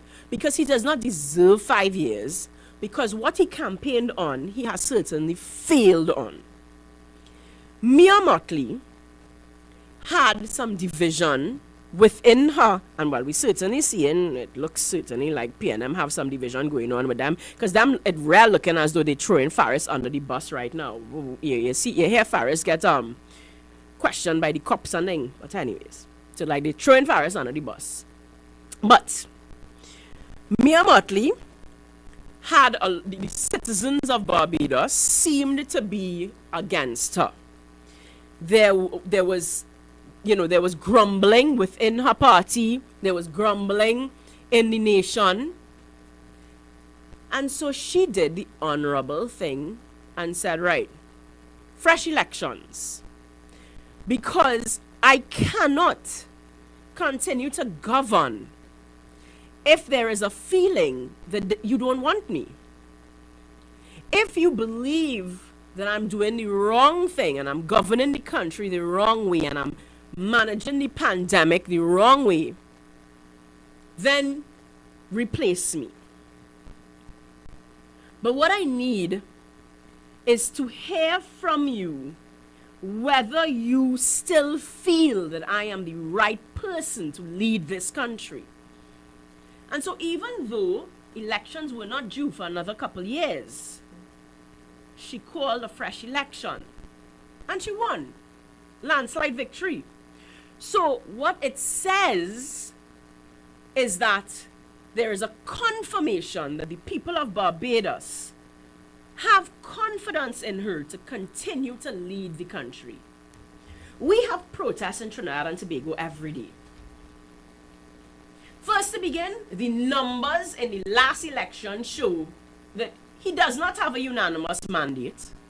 Most certainly not. So he didn't have it then. And what he campaigned on, Corky, well, is a failure. So he must come back now and say to the citizens, based on the number of protests, based on the atmosphere, the country is divided. And it seems to me that I am no longer the person. Just like, let me tell you something. You see, when people like to say Kamala had to step down because she can't win an election or all kind of nonsense, the facts does not show that. The data does not show that. But what Kamala Persad-Bissessar did is she put herself up for election. So you want a new political leader? Fine, no problem. Vote. Because that's how democracies work. That's what a mandate is. So she went up as an internal election for UNC and she said, it's open. So you can present 10 different political leaders if you want and let the membership of the UNC vote for who you want as political leader. And we voted for Kamala Persad-Bissessar. So when people say to me, well, people don't want Kamala Persad-Bissessar, I say, so I not people or what? Because I voted for Kamala Persad-Bissessar as a political leader. And clearly other people did. And clearly the majority of UNC members did. Because democratically, she won another term as political leader. So we must be careful not to think that our way is the way everybody feels now. And that's why we're calling for elections. We're not asking him to step down and put UNC in, because then that will not be the way a democracy works. We have a call. Let me take this call. Let me take the call. Good night. You are live with Marsha Walker. Hi, good evening, Marsha. Good evening, Corky. This is El Socorro. Hello, El Socorro. Yeah, it's El Socorro, right. So, a few points regarding what we was not talking about. I mentioned to Victor and Anil that there are citizens of Trinidad and Tobago who would say things like, open quotation marks, I rather suffer under Rowley and the PNM than prosper under Kamala and the UNC. Yeah. Close quotation marks. Yes. And I had to scratch my head and then look up in the sky and then scratch my head again because I don't quite understand the reasoning behind that. I will explain now, it to you after what you was just mentioning, right? That Kamala should step down because she can't win an election. Hold on. Election is not a football game, you know, that if a manager, let me say, a Manchester United can't win a football game, or can't win a title, he has to step down. Election is not a football game, you know. Whether any political leader win or lose the election, their life will go on, you know, them living good, they having a good salary. Whenever someone wins an election, we the citizens that have to live with that consequences. So just because Kamala also according to those naysayers, Kamala can't win an election. It's not about her not winning an election, and it's about us. It's about us. Because if Rowley wins, if Rowley so-called or Rowley's the boss because he could only win election. If he keeps winning elections, we suffer. Yeah, agreed. You understand? Agreed. So it's not about winning the election. It's about us citizens deciding what we want as a whole country, and will benefit us all. So that if we choose to have better for us, and that means Kamala winning, then so be it. Yeah. Thank you. Thank you. Thank you. Well said. Well said. You know, I don't know how to hang up. Oh. Yes. Right. And she's right. Right, okay? So, we have a democratic process. And Kamla Prasad-Bissessar, who is a woman of integrity, did the right thing. She put herself up for elections. And we voted for her. So she has the mandate. Right? What we are saying to Keith Christopher Rowley is prove. Yes. Prove that you still have the mandate to lead this country. Right? And I mean, I would like to go further and say try and win without propaganda and tiffin. But he needs to call elections. Do like Mia Motley. Call elections. And get a fresh mandate. Prove to us that the citizens still want you. Do it through the democratic process. That is what we mean. And now, as the caller, as El Socorro quite rightfully said, it's up to us. So I keep saying, go on to Keith Christopher Rowley's Facebook page. And every day we must find a post to comment on and say Rowley had to go. Rowley must go. Every day, Rowley must go. Every day, Rowley must go. And then go further and become citizens that really deep down take the time to say, okay, why don't I like Kamla? Ask the question, did Kamla support mothers with things like baby grants? Did Kamla give us laptops for our children? So if Kamla was in power, would we have had laptops so that when the pandemic comes, our children would have already been equipped to handle the pandemic? Yeah. Good night. You're live with Marsha Walker. Hi, Miss Walker. Good night. Good First night. time call on your program. Welcome. How are you going? I'm good. Right. Now, the UNC decision to get kicked out of the party. What is this? The dissident that get kicked out of the UNC. Right, yes. And they calling for Kamla to go. Yes. Yeah, about them. But you see the UNC supporters, a lot of them who just call another forum, it's frustration of them because they can't get rid of Rowley. And they feel that any of these boo-boos who get kicked out to do the job, they have to be idiots. But listen, I tell people all the time, if you can't win an internal election, how in the world are you going to win a general election? How? There's only the president UNC could get them out of there. Absolutely. But, and that's why we had to keep the fight up. So crushed, man. Yeah. There's another thing I would like to tell you. I didn't get a chance to call on it last night. Now they're making so much a thing with this pepper spray for women.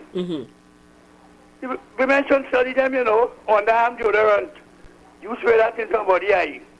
And it will work. Yes, absolutely. I agree. We need to show the woman different ways of self-defense. So, you have air horns. Yeah.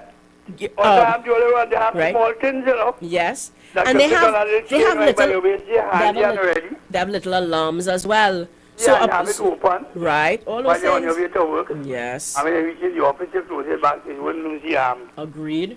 Don't forget that you government with the pepper spray. Yeah. You never bring that by your little tin of deodorant. And you keep it handy like, with like a gun. Bug spray too. Bug spray. A little tin of bug spray. You have carburetor spray. Yes. WD-40, all kind of thing. Yes. And don't waste time waiting for no pepper spray. If you feel it, women feel they can protect themselves with those things. Get something in the meantime. Yeah. So it's no guarantee, but at least if they feel they could defend themselves with that. Get that? Yeah, no. We have a lot of different things. I remember putting out a lot of different things in terms of, and this is where even our corporate Trinidad and Tobago, women should have, we need to make sure that they have, money on their telephone, right? Yes. So, even if you have to pretend you're on the phone, sometimes you pretend you're on the phone. So but that you have a device there where you could spray them. Right, Yes, all kind of thing, So we have to get clever. We have to get clever in how we defend ourselves. Yes. From the government and passing the legislation. Yeah, well, I mean, I could give my personal opinion on pepper spray, yeah, to be honest. Because I always say Dana Sitahal had a licensed firearm and she was shot. You know, so having something can actually cause a false sense of comfort. They could, yes. You know, and especially, I mean, if you're not trained to use it, if you don't use it properly and whatnot, it could become a weapon for the person. That's right. Right? You could take that pepper spray away from them and blind them. Yes. So we have to really educate our women, teach them how to defend themselves, teach them how to be aware. So when you are taking taxi, certain things, but you know, we have to go further. PH, you know, there's a lot, and that is why, you know, it has to be a long process, a proper joint select committee, but not just this fake consultation, this disingenuous consultation where nothing, you know, you take all this information and then you really do nothing with it. Exactly. But this is where we must come together and have some things. Let me hear this idea. Yes. Yeah, I think at one time they was bringing up teaching karate on television. That is good. Yes. So we should have different things, as you say, you know, don't wait for the government. Nah. Don't wait for the government. Yes. You see, boxing is one of the best self-defense that they have. Yes, well, my husband believes in Krav Maga. So he teaches, you know, he taught my daughter when she was like 9 or something, right? Yeah. He teaches us different ways, different holds, simple things, you know, really simple things that you have to. My children that long time. Yes. Or even, you know, like watching his shadows, you know, watching his shadows. I don't know if women know that, you know, when they're jogging around the savannah. So things like, you know, we like to put music in our ears, but that's really not safe to be jogging around the savannah with music in your ears. You cannot hear. You cannot be aware. You have to look at your shadows. You have to know shadows in the grass and things. You do a good job, Marsha. You got a good job from a woman, you fall down, you know. Yes. Listen, my husband taught, again, my daughter, how to knee a man and where to knee a man. So we used to do self-defense classes with little toddlers, you know, using things like their water bottle, understanding how your handbag is a weapon. Everything around you is a weapon. Right? Your shin. So I do not walk around in high heel shoes. I know it's fashion, but again, understanding that a man will watch at an easy target. So if you look at how I walk around, I in sneakers, you know, I ready to fight. So I ready to fight. The worst thing to do is to freeze. Yeah. So all of that is showing a woman, like, so we go through that with Jess all the time, you know, freezing, panicking, you know, because what you have to do, you know, you ever watch the show Taken, right? And he tells the daughter, you have to be prepared, you're going to be taken. But you need to be ready. Right, but you need to concentrate, you need to do this, you need to do that. She's a beat man, you know. Right. Like you like, no man, licks like, look. All right, that's what's calling on these nights. All right, thank you very much. Thank Call you back for again. Yes, good night. Thank you. But these are the things, again, you know, this is where the government can use their resources, Corky, right? We have COVID, okay, fine, but you can do... hello, Mario. I am so happy because, you know, again, I sharing my lives and then on this lame. Of course, I shouldn't call my new profile lame, but it really has no reach, poor thing.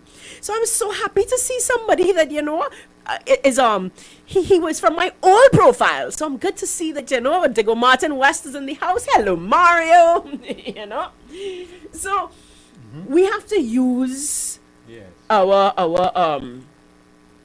you know, they could use their resources if they were really interested in protecting our women and having these different classes, raising awareness. And of course, as I say, it has to be twofold, right? Because, you know, I want to deal with the men. I want to deal with the respect for the men. But we have to deal with, yes, women.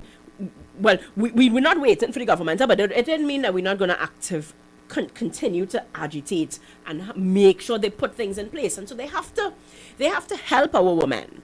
Right? Yeah. Again, whether it be I used to say you go live on Facebook. Because when you're live on Facebook, you have the perpetrator right away. Help women, whatever it takes, to be able to stay calm in a situation like that. Because once you start to panic, you're not able to think through a situation and come up with solutions, right? So I see it's the top of the hour. Yeah. Oh, love the top. Yes, I know, Mario. Like you now seeing the top. Mario, we want some black t-shirts. Everybody needs to just donate some black t-shirts, and I'm gonna paint it up. Yeah. I will do all the painting up. But we need black t-shirts, y'all. We need black t-shirts donated so that we can all walk around, right? Good. It's 8 o'clock. Don't go anywhere. We're going to take a little break. Marsha Walker, U975 FM and Douglar Radio. Don't touch that dial. We'll be right back. Time has come. U97.5. Make it your choice. Something for everyone. 975 FM. Music for you. It's all about you. U97.5 FM, Hot Like Pepper, Multicultural Radio. Power to the listeners. What goes in is a local something that makes it all taste better. It's the flavor of our culture. Come from here, come from there, and everywhere. It's the special flavor that's made us savor at the Royal Castle. Come the Royal Castle. Royal Castle. Flavor to the bone. Royal Castle. Taste the very own. Royal Castle is the local something that makes it all taste better. Taste the unique flavor of our culture at Royal Castle. My parents' generation grew up with Royal Castle. From the first restaurant in 1968, when that distinctive, tempting aroma hit the air, they just couldn't resist. And like never before, fried chicken with a special blend of local seasonings and a one-of-a-kind flavor down to the bone. Today, Royal Castle still have that same delicious taste, and I love it too. The kids can't resist it either. Plus, they have more to enjoy. For me, the castle is more than just nice food. It's we own, part of me and you, and is the real flavor of TNT. The Grand Coulant Spa Resort at Stonehaven Bay, Blackrock. Bed and breakfast rates available. To book, call 283-2597 or 463-2946. The Grand Coulant Spa Resort at Stonehaven Bay, Blackrock.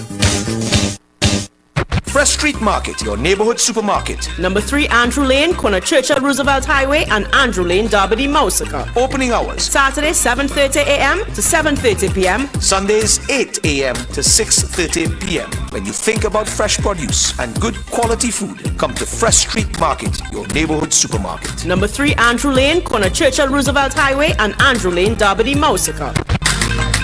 Come to the Waves Restaurant and Bar, Grafton Beach, Black Rock, Tobago.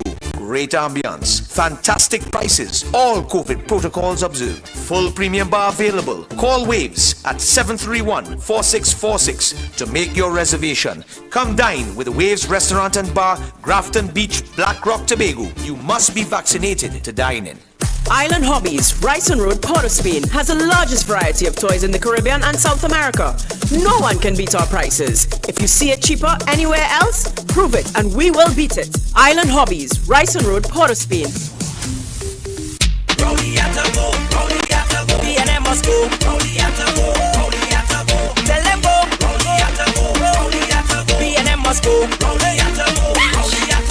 Everyone's coming out to bring about a change.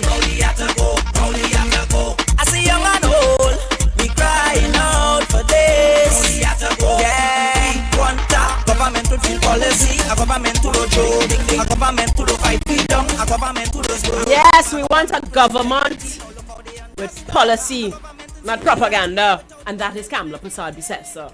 And that is what I was saying. We need to look at facts.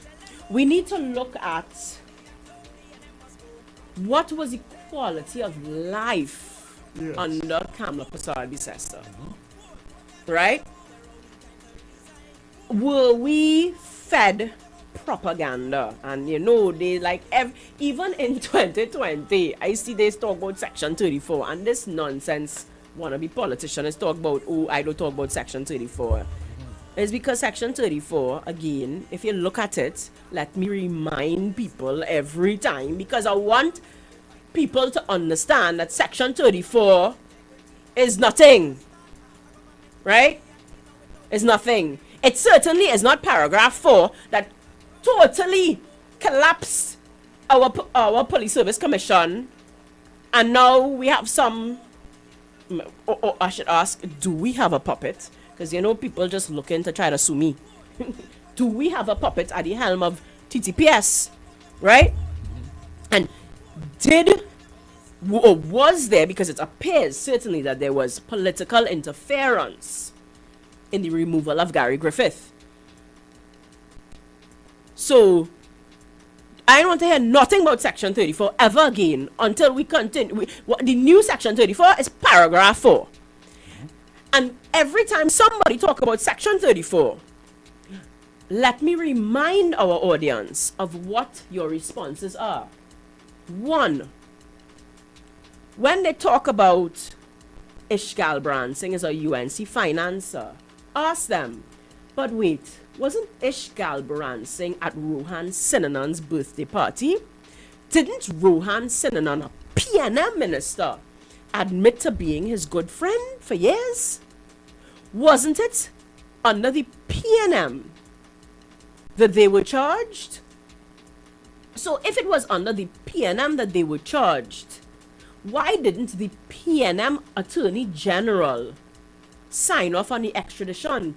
Wasn't it Anand Ramlogan, a UNC Attorney General, that signed off on the extradition? The time that Ishgal Bransing and Steve Ferguson spent in jail, those 10 months, wasn't that under Kamla Prasad Bisesa? They didn't spend time in jail under PNM. So how come they were charged for years under the PNM, but the extradition order was only signed under the UNC? The only time they did jail time was under the UNC. And in fact, the reason that they were able to challenge the extradition order, in fact, was because of the PNM Attorney General prior to Kamla Prasad Bisesa becoming Prime Minister. So how all of that, and you're all saying that Section 34 was there to protect UNC financiers? Because, 1, there's no finance legislation to show that. So what evidence is there to show that Ishgal Bransing, could he have been funding both political parties? Some people do that, I think. I don't know. Maybe we'd be surprised to find out that Ishgal Bransing actually isn't a UNC financer. Maybe, I don't know. Because these are the questions that we must ask. So when people talk about Section 34, I want you to ask them, say, but wasn't it a UNC Attorney General that signed the extradition order? Right? Ask them. And then say, and speaking specifically about Section 34, but Rowley, didn't you vote in Parliament yes for Section 34? Yeah. In fact, Rowley, wasn't it one of your PNM persons in Parliament that said this bill was a PNM bill that UNC bring? Didn't Section 34 pass unanimously in Parliament? And it doesn't matter what time a president proclaims it. Once it's passed in Parliament, it can be proclaimed any time. So why did you support Section 34 inside the Parliament? It's there on the Hansard records, Rowley. You and your entire PNM, all senators, independent, it was good legislation. The debates all showed that you all supported Section 34. So why did you support Section 34? Did you not know that yes, Ishgal Bransing and Steve Ferguson stood to be released. They stood to get benefits. But so too were other young men and young women who are in prison for 15 years, only to have their day in court and be found innocent. And that is what Section 34 addressed. Section 34 addressed the fact that we have a judicial system where young men and young women sit in prison for 15 years and still cannot have their day in court. Ishgal Bransing and Steve Ferguson, still up to today, cannot be heard in court. Justice delayed is justice denied, because our constitution is based on innocent until proven guilty. It is up to the judiciary, it is up to the lawyers, it is up to, the director of public prosecution to prove guilt. It's not up to a citizen of Trinidad and Tobago to prove he's innocent. And I showed you last week the newspaper article that came out just last week after we had discussed it. We had a caller call in to discuss her husband in Raymond Yard and cannot get a day before court. So when a young man is in prison after 15 years to then be told after he gets his trial finally that he's innocent, who's giving him back those 15 years? So Section 34 was there to address that. And because of PNM political propaganda, we lost the opportunity. Because up to today, the Hansard still reflects that everybody voted. It was good law. It was good, solid law. They voted for the law. But because PNM cares more about winning an election than the health of our nation, they turned it into an opportunity for propaganda. And I always say that is the weakness of the UNC. You want to talk weakness, strength, weakness, opportunity, threats, as I call a SWOT analysis in business? If it's one thing, and I'm a salesperson, I told you all that, I said that from the beginning, I like to give you all a little bit about history so you get to know who Marsha is, right? Don't vote for Marsha. Vote for me, the person, it's not just a political name, it's a person behind that, right? So I was in sales, not the best salesperson like Mr. Conman, but genuine, and even all of that. Go and talk to my bosses, they would tell you I can't sell something I don't believe in. I had to believe in it first because I'm lying to sell it, right? But anyways, I think I remember being told once by a mentor, you ever notice it's not called the New York Times best reader, but it's called the best seller. And I think sometimes UNC might be too smart for their own good. They may be so focused on doing the right thing. There is a genuine, it may be naive, I don't know, because I think that I've had naive moments, plenty, where you believe that people will just see good. You do good and they'll see good. And I remember that. I remember thinking that those who I have helped in the past will come out and speak up on my behalf and they will sell me. Only to feel, I'm telling you, I felt really hurt by that during my campaign. Yes. Because I believed that my friends should have spoken to my integrity.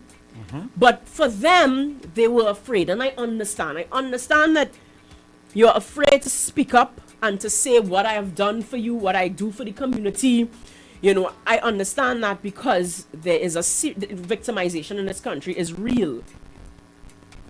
So there was a certain naiveness. I don't know what's the word. Naivety. What's the word, boy? Well, somebody tell me what's the word on Facebook so I could not sound silly. But you believe that if you do good, people will just know. And I think that that is what happens with the UNC. You know, you set good policy and you set good law and you do good things and people will simply vote on that. But the truth is that you tell a lie over and over and over. There is a learned hopelessness that the PNM cultivates. This lie you tell all the time and people start to believe it. And that is where UNC definitely, and I don't want to play any mother. Me ain't trying to become no pig and play at their level. But you see the mud that they like to throw? We have to become strategic, and that's why I like to give our supporters the ammunition. Because we can no longer just say, well, we're doing good and the truth will come out. We have to become soldiers and fight back. So every time they tell a lie, we tell the truth. So every time they talk about Section 34, give them the truth. Give them the truth and fight back. Because PNM political propaganda has taken away our employment. PNM political propaganda has taken away our laptops. PNM political propaganda has taken away pension, food card. It has taken away our economy. That is what political propaganda has done. We lose. We lose because of PNM political propaganda. So we must become the UNC political truth. Facts. I'm not telling you all to go out there and insult anybody. I don't care about who with who wife. I don't care about who with who man. Because they are so weak politically that we do not need to smear their character. I do not need to talk about who have outside children. I do not need to talk about who don't mind their outside children, because their policies are so weak. And we can beat them simply by spreading the facts. So you see, when they want to come and spread lies about me and England, or spread propaganda and try to mash up my marriage and try to smear my character, you can defend me, defend my character, no problem. But don't play mud with them. Don't go down to their level. Respond with policies.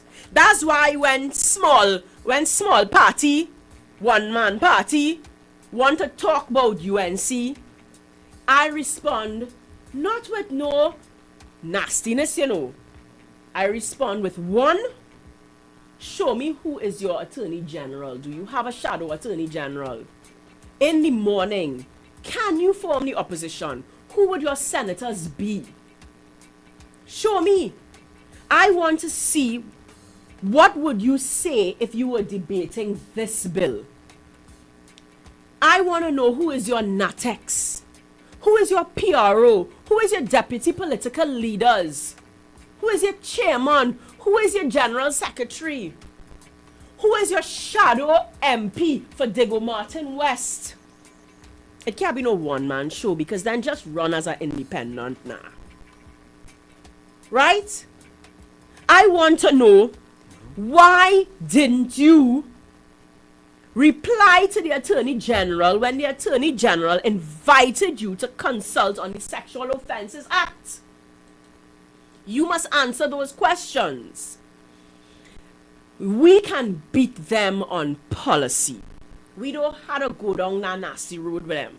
So when they come and talk about Section 34, you must answer. You must say, unlike paragraph 4, because paragraph 4, the UNC raised the motion and said, this is bad law and it must be scrapped. UNC didn't pass it. Paragraph 4, Legal Notice 183, didn't pass in Parliament with no unanimous support. In fact, even the President said she was puzzled by it. Unlike Section 34, that was unanimously passed. So we must give those facts. We must. We must speak to Keith Rowley using his own words.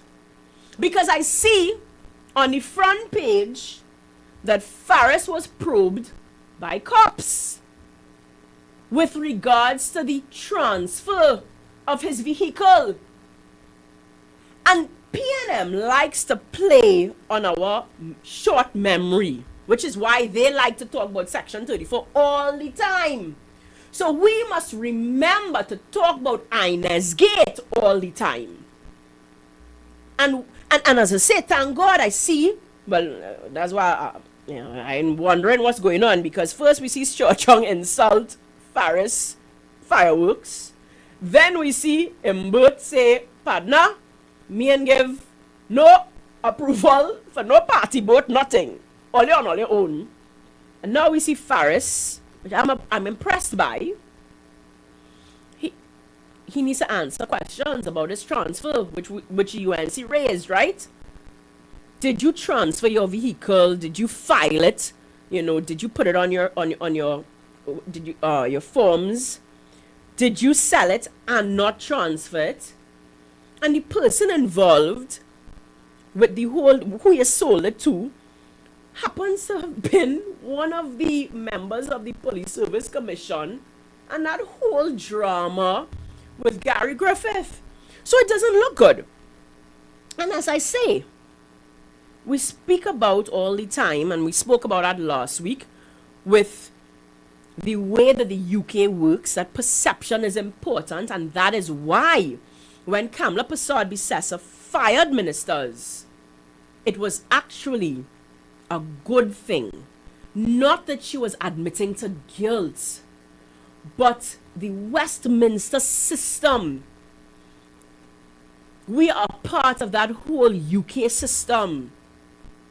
And they believe in holding politicians to the highest level of integrity. So once there is a perception of wrongdoing, you must resign and focus on clearing your name.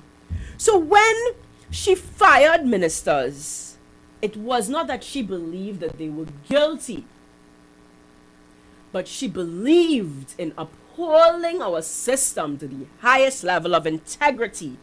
So you have to go and clear your name before you can come back.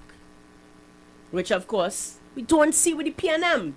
Because, again, they spew lies. So when someone is fired, they make us think that, well, they got fired because they did something wrong.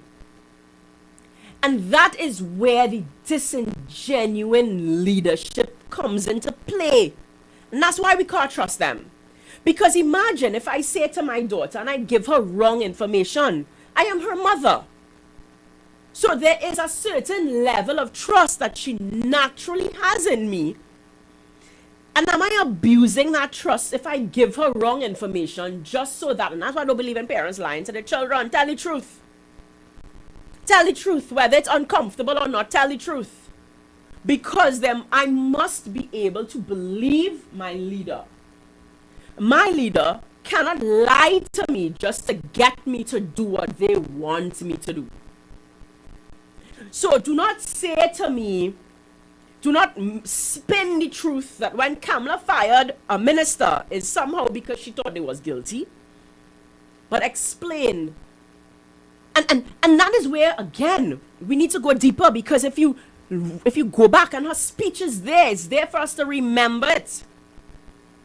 She was willing to pay the highest political price for her integrity. And that is something we must respect. Because for her, it was not winning at all cost.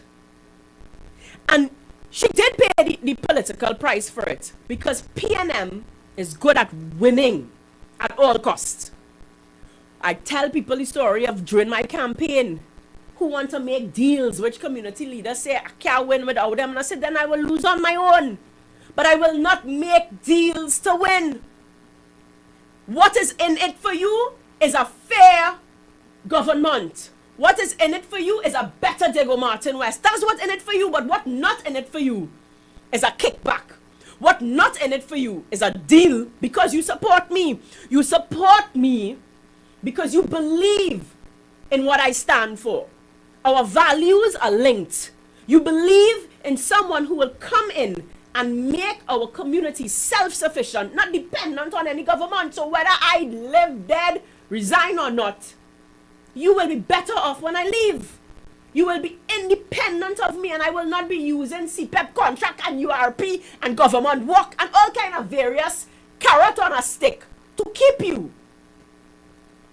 That is true leadership. I will empower you to not need me. So when you stay because you believe in me, not because you tied to me. That is financial abuse. That is abuse. So we must see past it. We must understand that Kamla Persad-Bissessar did pay the highest political price because she was willing to lose for her integrity. She was not prepared to do what Keith Rowley is doing now by saying, well, them ain't do nothing, so we ain't firing them. And we must use his words. Because when he was campaigning against Patrick Manning, again, these things are on the Hansard. So y'all don't need to take my word for it, you know. You don't need to take my word for it. It's there, it's recorded, his words. He told Patrick Manning that you cannot pass it off as old talk. He said that. He spoke about when he was campaigning in Diego Martin West. People were closing in the doors on him, and he called it the O'Halloran stain. Because Eric Williams had a man called O'Halloran that had scandal after scandal after scandal. And they brought PNM into disrepute over and over and over. And Eric Williams was seen as corrupt because of his relationship with O'Halloran. And Keith Rowley said that Eric Williams did not address it. And so people were closing in the doors on his face because Eric Williams did not address it. And so he was calling on Patrick Manning to call the heart. He was calling on Patrick Manning, and he said you cannot pass it off as old talk. He was also calling on Patrick Manning to have a commission of inquiry into land date and all sorts of different things because Keith Rowley wanted his name to be cleared. So I do not understand why now all of a sudden Keith Christopher Rowley, now that he has the power, because he has it now. So it almost seems as though, well, there is no campaigning to do because I have it. He must remember his own words, that he cannot pass it off as old talk.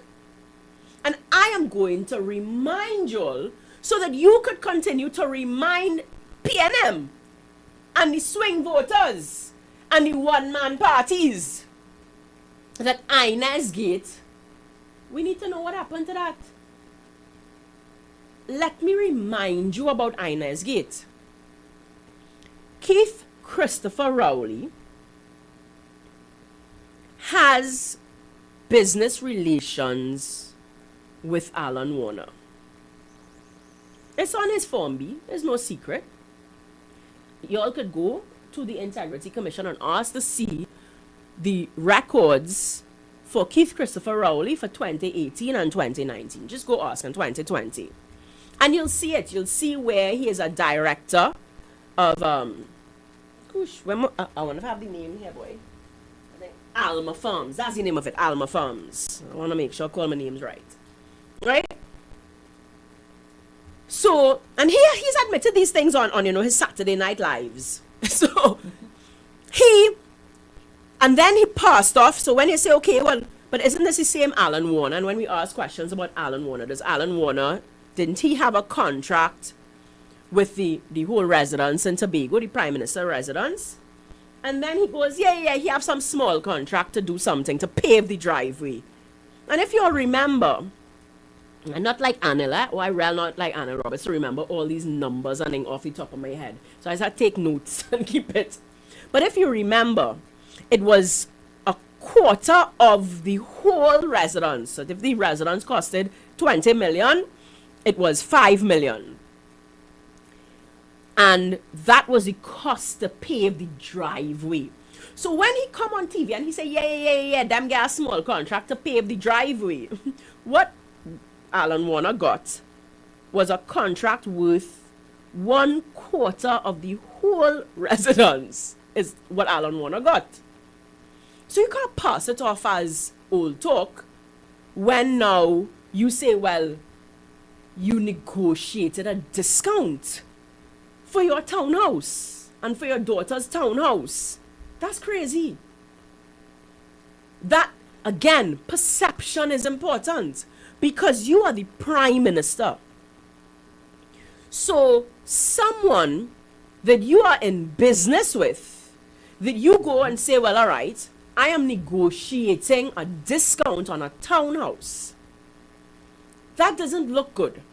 It doesn't look good that you negotiate a discount on a townhouse for you and your daughter and your wife. And this developer, his name jumping up in the development and in the discount, and then his name is jumping up in a contract. You have to understand that this doesn't look good. You must understand that. And so when the opposition calls for you to clear the air, you clear the air. And then you force the Integrity Commission to do the inquiry. That's what you should do. You should mandate Jacob to investigate you. You know, like how, again, the police service is investigating the Prime Minister of the UK right now. You go and you listen to how the media speaks. Listen to how, you know, he talks about, Rowley talk about Gary Griffith disrespectful. There is a video where the chief police officer in the US, well, if you see how he take to Trump, that is what independent institutions look like. That is what a mature country looks like. They are not afraid of victimization, because in this country, once you disagree with the government, there's a lot of victimization. That's why people are afraid to protest, etc. The police chief, totally went off on Trump. Tell him to keep him out, to keep him out of this business. So you must remember your words. When you were calling for a commission of inquiry back then with Manning and all of that, when you was just a nobody, a backbencher, when Manning put in the backbench in PNM, now that you are the man, put yourself up for independent inquiry. But let UNC choose the people now. You know, let the people choose the people. You don't choose them, eh? Don't choose your puppets. That is how you clear your name. And if you're not prepared to clear your name, then you can't come back. But what you need to do is go clear your name and come back. And what we must do as UNC supporters is remind people every day about Malcolm Jones. Every day we must remind people about Inez Gate. Every day we must remind people about the Brian Manning scandal with the basketball game that I don't even know if it came. We must remind people about the Lara Stadium and pressure washing and whatever drama. We must remind people about the art. These are the things that we must remind people about. And they must clear their name. And we cannot let them forget it. Because then we will be complicit in the destruction of Trinidad and Tobago, because we will be complicit in allowing the monsters. Today I stand up outside Parliament, and again, this is where, so I'm going to talk about that just for a little bit. You go on my live, my live had like 4 views because it was on this whack. Let me tell you, shutting down my Facebook is devious, because basically you've really, now my voice is like, it is not loud because the following is not there, etc. So all you had to help me, I either get back my Facebook or build back up this one. But I was outside Parliament today, and there were other people protesting there. Genuine, there's no lie and thing. Genuinely, they were there. So one of them, I think it's Fun Splash, he said he was from. You could go on a live and you'll hear it. He spoke openly. And he said, which was the truth, because it's so funny, because I didn't know, only because I heard the live now after, because he was speaking down one end and I was speaking on one end. And he said almost the same thing that I said. We have no other way to be heard. We have no other way to meet our MPs. So he was there protesting because, he was protesting on behalf of family entertainment businesses. We spoke about that a little bit, because these safe zones really don't make sense, because, okay, so Chuck E. Cheese is a safe zone, but my 2-year-old cannot go. My 5-year-old cannot go, and it's a family place. So why would I go to Chuck E. Cheese? So he was explaining that, and he was saying, he's written to the Minister of Health, he's written, and nobody's answering him, so he was forced to protest. Now, the police officer went to him before he reached to me. He should have come to me first, but they know why they come to me last. And the police officer got him to remove his sign. And he said, he will seek legal advice. Now, they have 2 things that they see without seeking legal advice. Police officers are going to cost the state real money. And that is where I need to find legal advice now, because I want to know if there's a way to force Faris Al-Rawi and those police officers to pay from their own pockets. Because it seems to me that they don't care if they lose in court, because they're paying for it anyway. It matters not, right? So after they've done the damage to silence us, to make us take down our placards, and of course those things have a ripple effect, because not everybody interested in getting arrested. So now you are basically silencing protesters because you are instilling fear into them. And as I say, it don't matter if you lose in court, because you ain't paying. And by the time it even get to court, or you're in outer government anyway, whatever, right? So, you see, that is another issue that I am going to talk to lawyers about, because they need to feel it in their pocket. But anyway, I want to find that man, and thank God he said where he working, so I'm gonna find him, because I want him to see, if you scroll a little bit lower down into the live, is why the police could not take my placard down. And that is where we must become knowledgeable enough to stand for our rights. You can't arrest me. I am not doing anything illegal. Protesting in Trinidad and Tobago does not require permission. And Attorney General, you need to clear this up, because you are going to cost the country plenty money inside of the court. Let me explain Trinidad and Tobago, the law. And you all could go on to the live. They came. First he come and he say, I am advising you to take your signs down. I said, based on what law are you advising me? Well, he didn't have nothing to say, so he gone away. That one gone away. Well, it wasn't just that, because I talked back to him. I said, so if I waiting on a taxi, you could just advise me not to wait on a taxi based on no law? So he had nothing to say, so he gone. They come again, or next set come. Say, ma'am, so asking me a set of questions. He said, well, right now what you're doing is having a demonstration. And to have a demonstration, you have to have permission. So I said, well, that's not true. What law is that? There is no law in Trinidad that says I need permission to have a demonstration. So he got quiet because now I start to quote law for him. I said the Summary Offences Act states that I need a permit to have a march.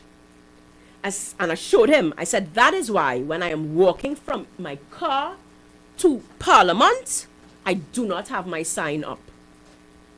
Because I want to make sure it is crystal clear that this is not a march. So I showed him. And I tell anybody who come in to join me to protest something, make sure your signs are not visible until you are standing. Because it can be seen as a march if you are walking with your sign. So even though you're just walking to your car innocently, I am very aware of how things look. Do not have your sign up. Make sure your sign is hidden until you are standing in place because you need a permit to march. I explained all that to him. I said, the second part of the Summary Offences Act, because it's broken up, says if you have a public meeting, you ought to inform the Commissioner of Police. The Commissioner of Police, of course, can reply to you and deny, can say to you, well, listen, no, we don't want this. And they have to, in their reply and whatnot, explain why they don't want it. They could simply not reply, and a no reply basically says, well, yeah, go ahead with it. Because it's not that you're seeking permission to have a public meeting. You are just informing them so that, you know, they could be there to help, to support, or whatever, right? It tells you even things like if there is someone who's a non-citizen, who is a public, who's speaking, who's addressing the meeting, you know, what details you must put in the letter, etc. So I explain in this law, which I believe TTPS should know, but anyway, so I'm going through and saying it to him. I said, one, other than speaking to you right now, I am not addressing anybody here. Neither are we addressing each other. So I am of the firm view that this is not a public meeting. We are not speaking. We are not, there is no crowd to be addressed. This is not a public meeting. I went on to say that I appreciate that the law is vague. But what we have is a constitution. And you would have heard the political leader speak about that again today on one of the, she did a short video, we should go and listen to it. The Constitution trumps all laws. All laws, the Constitution trumps. And enshrined in our Constitution is our right to assemble, our right of freedom of speech, and our right to dissent, to disagree with the government. It is a right. Trinidad and Tobago is a signatory on a number of treaties. All as I explained to the police officer, I said, that is why, even with the 1990 coup, which I believe would have been one of the most serious states of emergencies that we are, not like a small COVID state of emergency, no rubbish state of emergency, right? Every state of emergency comes with a set of specific regulations that indicates, so you cannot, so when people like to say, well, you have no rights, that is not true. There must be a specific set of regulations that tells you which one of your rights are being infringed upon. So for instance, your right of movement, which is the curfew. Even in our 1990 regulations, there was nothing to prohibit protesting. You know why? Because that is such a fundamental right of a democratic citizen. And as I said, we have signed on to several international treaties because sanctions, etc., depend on stuff like that. Which is why a government would be very careful to never put in anywhere a citizen cannot dissent. Because even during COVID, the United Nations warned countries, you cannot use the pandemic to silence dissent. You cannot use the pandemic to crush democracy. They warned them. And Trinidad and Tobago is a signatory to those treaties. So a government will be smart because they will bring sanctions upon them anytime they outrightly, bold-facedly show that they are moving away from democratic rights of citizens. I explain all that to him. I said, so protesting is very much legal. And I do not need permission to protest. I said, our public health ordinance allows, and it uses the word public gatherings. So it allows for public gatherings. So how can you say that on one end, I need permission to public meet, but the public health ordinance doesn't say I need permission for public gatherings. It just says it needs to be within 10 people. So I have permission to gather. So he says, yes, but your sign, you could stay and obey. Sign must come down because then it becomes a demonstration. I said, but you are missing the point. A demonstration is not illegal. So no, I am not putting down my sign because that's what they did to the other gentleman. They tell him, well, he could stay and over, put on your sign. I'm not putting down my sign. I am not putting down my sign because it is my right to demonstrate. And I started to use his words now. He used the word demonstrate. I said the law does not say that I need permission to demonstrate. The law does not state that I need to write the commissioner of police to demonstrate. And until you can define this and until you can justify this as a public meeting, I am not putting down my sign. He says, okay, do you mind if I go and speak to my seniors? I said, absolutely. I said, and while you're at it, make sure your seniors know that they need to call their seniors and find out, have I already, because I believe in the pen, you know, Martin Luther said, you want to change the world, pick up a pen. I believe in that. So I have already reached out to the Attorney General and have already reached out to the Commissioner of Police, and we have gotten replies. So I know that that process has started. Yes. So we have processes called judicial review. We have processes, gosh, what's the name of it, boy? Interpretation summons, which is what, you know, Anna and Ram Logan is real good at those kind of things, right? Because they have certain laws that are vague. So, you know, you have to go to the court to interpret what the law says. And so once and for all, you see this law that say I need to write for a public meeting. Please define public meeting properly. Because, and I explained it, all that I explained to the police officer today, Corky. Yes. Because what I am nearly certain of is that no government is going to put under public meetings that I need permission for a protest or whatever outright. You know what they may say is, let's say maybe a protest that has 100 or more people or whatever, so that they will have to show that there's some issue of safety, etc. But certainly, I mean, this guy was a one-man peaceful protest. Remember when they told me I cannot have a silent, my one-man silent protest, they want to break up. They certainly can't put them kind of thing in the law because it will bring international attention. Right? So a court needs to weigh in on the situation of protesting. And I explained that time, I said, so you need to speak to the, you know, go up to seniors and whatever and ask them, what is the definition? And I told them, I said, through the Freedom of Information Act, we were able to request and confirm that throughout recent times, people are able to demonstrate. Oh gosh, Cokie, I need water, boy. I'm talking too much. Like we might need to take some calls. All right. But people were able to demonstrate without writing to the Commissioner of Police. Yes. So are you saying, and is it political victimization? Am I being victimized because I was a candidate against the Prime Minister? Are you doing that to me? How do you determine whose protests you break up and whose protests you don't? How are y'all determining that? So all that I talking to the man. You know what I had to do? He eventually said, ma'am, how long you expect to be here? I told him, I said, well, until every parliamentarian goes inside, because that's the whole aim. I want to meet and speak to parliamentarians. Of course, Keith Rowley run and hide. Can never come and face me. Right? But that was it.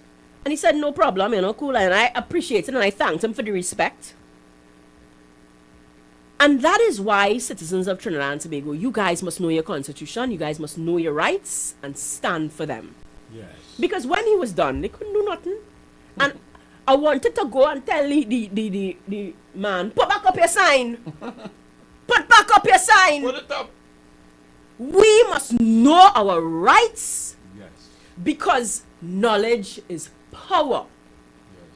And that is how we must have the power. Do not let them intimidate you. The threat of arrest, and I was coming with that, I was ready for that. Yes. And that's why we must be live. Because if you think you are going to use the threat of arrest to intimidate me, as I say, then we will fight.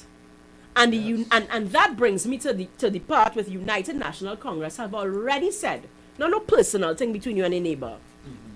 But you see, if the government come and want to victimize you and want to threaten you, so thing like in my case, protests, yes, the United National Congress will stand with you. That is why I know, because we are lawyers. Yeah. I'm going to tell you, Annan Ram Logan must have the record for beating Ferris in court. Oh gosh. Dinesh. Oh my goodness, Dinesh is a champion in court.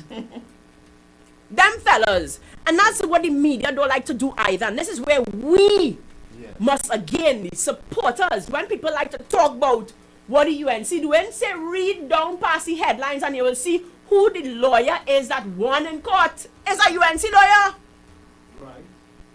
The UNC fighting the PNM in court. They're fighting the government in court. You seeing Dr. Munilal, you seeing Dave Tanku, you seeing Khadija Amin, you seeing Michelle Benjamin, them fighting them on the pavement. Yes. They're fighting them in parliament. They are taking the fight to the PNM. So you see when people talk about PDP winning in Tobago, make no mistake. You think Tobagonians not listening to these shows? They are. You think Tobagonians not reading the newspapers? Is the UNC agitation? Yes. We are not letting up on them. So understand, that is what the UNC doing. So when you think the opposition weak, you lie. You lie. And I want to know, are you being paid by the PNM to speak that kind of nonsense, that filth? PH filth, not filth with a F. Filth with a PH. Right? Are you being paid? Because you need to give Jack his jacket and read down past the headline and you will see is UNC lawyers in court. It's UNC lawyers. You think it's a PNM lawyer who empowered me to stand my grounds today? No. It was a PNM lawyer, you think? You think it was a PNM lawyer that allowed me to file a Freedom of Information Act? No. You think it's PNM money allowed me to file a Freedom of Information Act? You think it's PNM money fought for the Hindu community to be able to have their cremations as they ought to? Right. You think it's PNM money fight for the Freeport citizens, the residents of Freeport, when they wanted to bring the COVID hospital, whatever burial site, whatever thing, morgue thing they had there. Yeah. Is UNC lawyers doing that? Is UNC lawyers doing that? UNC lawyers are taking the fight to the courts. UNC MPs are taking the fight in Parliament. And when they finish in Parliament and they finish in the constituency office, they're taking off their suits, they're putting on their sneakers and they're taking the fight to Parliament, to the pavement. Yes. So don't come and tell me about UNC week. You're mad. And when you come and say about Kamala week step down, again, I need you to be fair. That's all I ask you to be fair. What kind of leader would have a dynamic team where she don't have to be the one talking all the time? She don't have to come on a live at 9 p.m. every night and talk. She don't have to be the only one talking on a Saturday. Right? So when people say to me, Marsha, I like you, but I don't like Kamla. Nonsense. Or when people say, UNC really have a dynamic lineup of young people, but Kamla had to step down. Nonsense. Nonsense.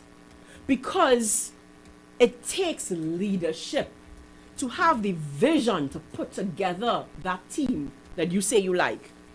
It takes leadership to do that. And you have to ask yourself the question, but if you like Marsha so much and you think Marsha's so intelligent, then trust me. Then trust that I am seeing something in Kamla Prasad Bisessa that the PNM is not allowing you to see. Trust that. And to the Christians, because I know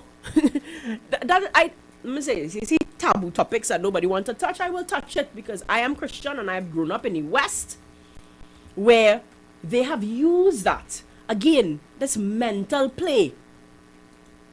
So when people talk about Hindu and blah, blah, blah, and all kind of nonsense, I'm going to tell you something. Esther married a pagan king. Joseph served a pagan king.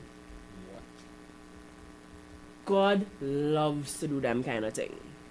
So don't tell me that somehow I'm not Christian because I am a Hindu party. First of all, it is rubbish when you call it a Hindu party. Rubbish. Yeah. Okay? Just stop. Because clearly they don't notice the diversity on the bench. Right? And again, propaganda. When they say, yeah, but they can't go further and all kind of nonsense. What? Are you crazy? Again, look at the facts. Look at it. Don't just be stubborn. Well, this is what I'm told and I'm going to go with it. It's in front of you. The evidence suggests something different. Right? It suggests something different, Corky. Yes. And we must understand that when we let propaganda lead us, we suffer. We suffer. And you see this, you need to suffer under the PNM. I didn't get a chance because I don't know where my hours went, boy. Oh my gosh. I don't know where my hours went. I understand that there is a loyalty. I understand there is a loyalty to the PNM because, yes, I appreciate that Eric Williams fought for my independence. I'm not going to take that away from him.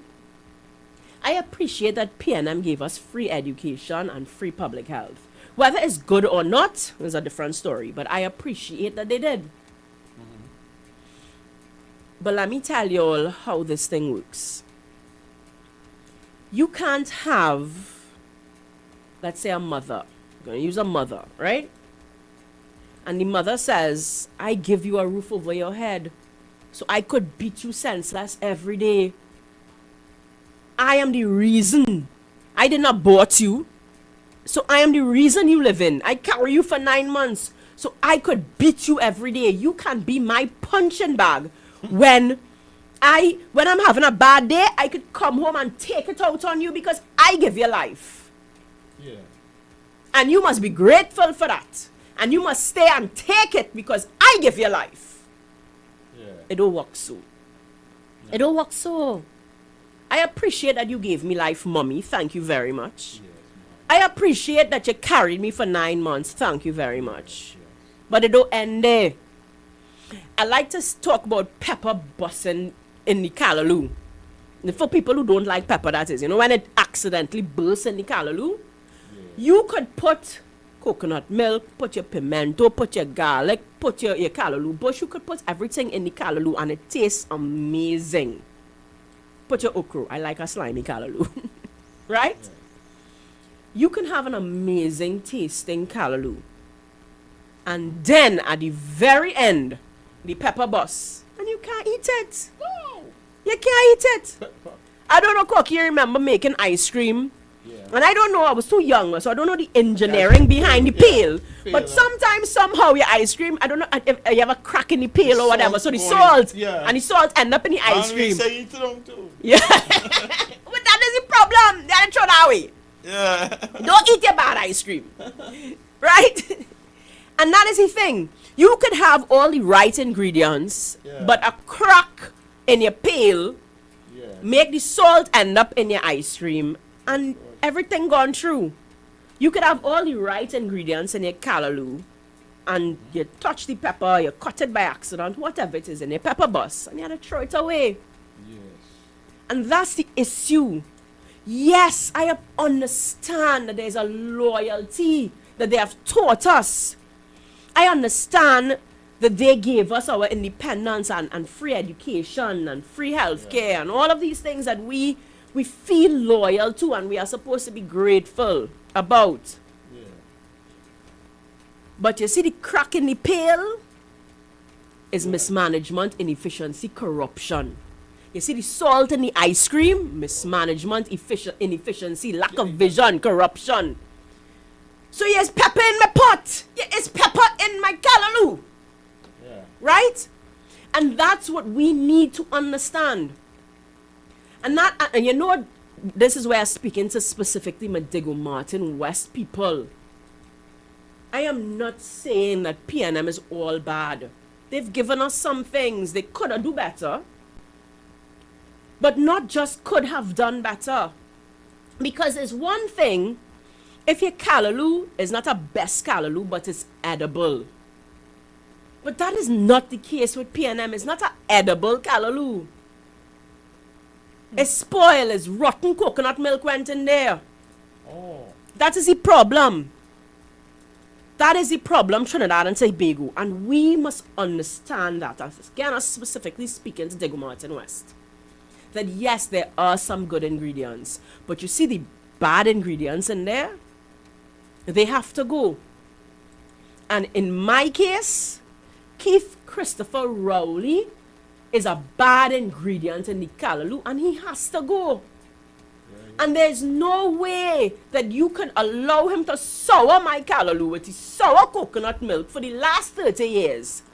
I say, I'm from Big Yard. And Big Yard has deteriorated in the 30 plus years that Keith Christopher Rowley has been the MP. So yes, I appreciate the PNM, but Keith Christopher Rowley, you ought to go. And you know what? Don't bring no fresh face. You can't bring no fresh face again. Because, one, you promised to break the mold of PNM corruption and you didn't. Manning promised thing with Eric Williams and he didn't. It's too long now. It's too long. And you have abused us. And the abuse must stop. So you can no longer say, well, you is my father, the nation. And so because you is my father, you could beat me senseless. We can't say that anymore. That is not, I get it. The Bible says honor your parents or honor your mother and father. So we will honor you. You will forever be the father of the nation. PNM will always have that role that, they fought for our independence. But I'm not staying in a house with my father beating me. Because he's my father? Nope. Sorry. So we could love them and leave them. They go Martin West. Bye-bye. I'm leaving now. I am leaving. It is 9 o'clock. Goodbye. But I am leaving you with a message. Yes. Love PNM and leave them. Father the nation. I appreciate you. I give you your honor. You as the father of the nation. You bring the independence. You fight for it. But you are beating me because I'm your child. And you think you have a right to beat me senseless every day because you name father. And I ain't not taking it no more. Trinidad and Tobago. Go on social media. Find Keith Rowley telephone number. His public number. Whatever public space he have. Get your t-shirt. Do what you have to do. Rowley must go. And every day we must say it. Every day we must send 1,000 emails to him. 1,000 Facebook messages. We must say it. Rowley must go. And we will not stop until he calls fresh elections. And then when we vote, we will not vote based on propaganda. We will vote on policy. We will vote on facts. We will not vote on abuse loyalty. Rowley and PNM must Go! A government with integrity, now look how they understand. A government in city empty, now without the ball head man everybody.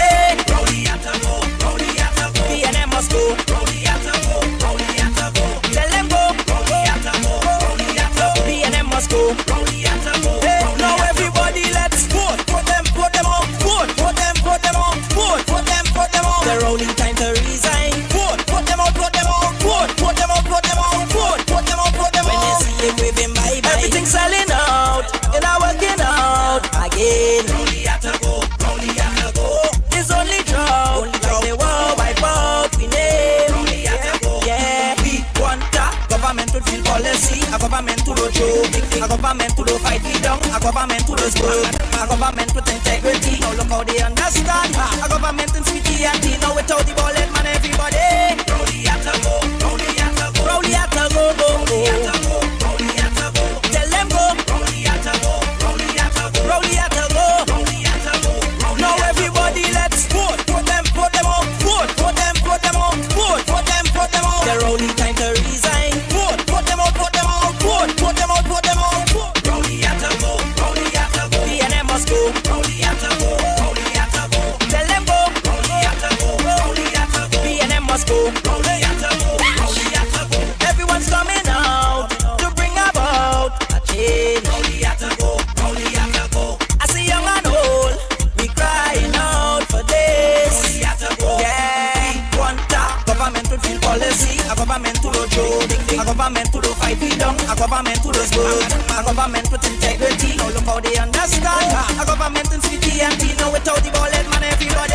Rowdy have to go. Rowdy have to go. PNM must go. Rowdy have to go. Rowdy have to go. Tell them go. Rowdy have to go. Rowdy have to go. PNM must go. Rowdy have to go. Hey, now everybody let's vote. Put them on. Vote. Put them on. Vote. Put them on. The rolling time to resign. Vote. Put them on. Vote. Put them on. Vote. Put them on. When they see him waving bye-bye, everything's selling out, and I'm working out again. Rowdy have to go. Rowdy have to go. It's only drought, like they will wipe out we name. Rowdy have to go. Yeah, we want a government to deal policy, a government to do joke, a government to do fight we down, a government to do smoke, a government with integrity. Now look how they understand. A government in sweetie and tea, now without the ball head man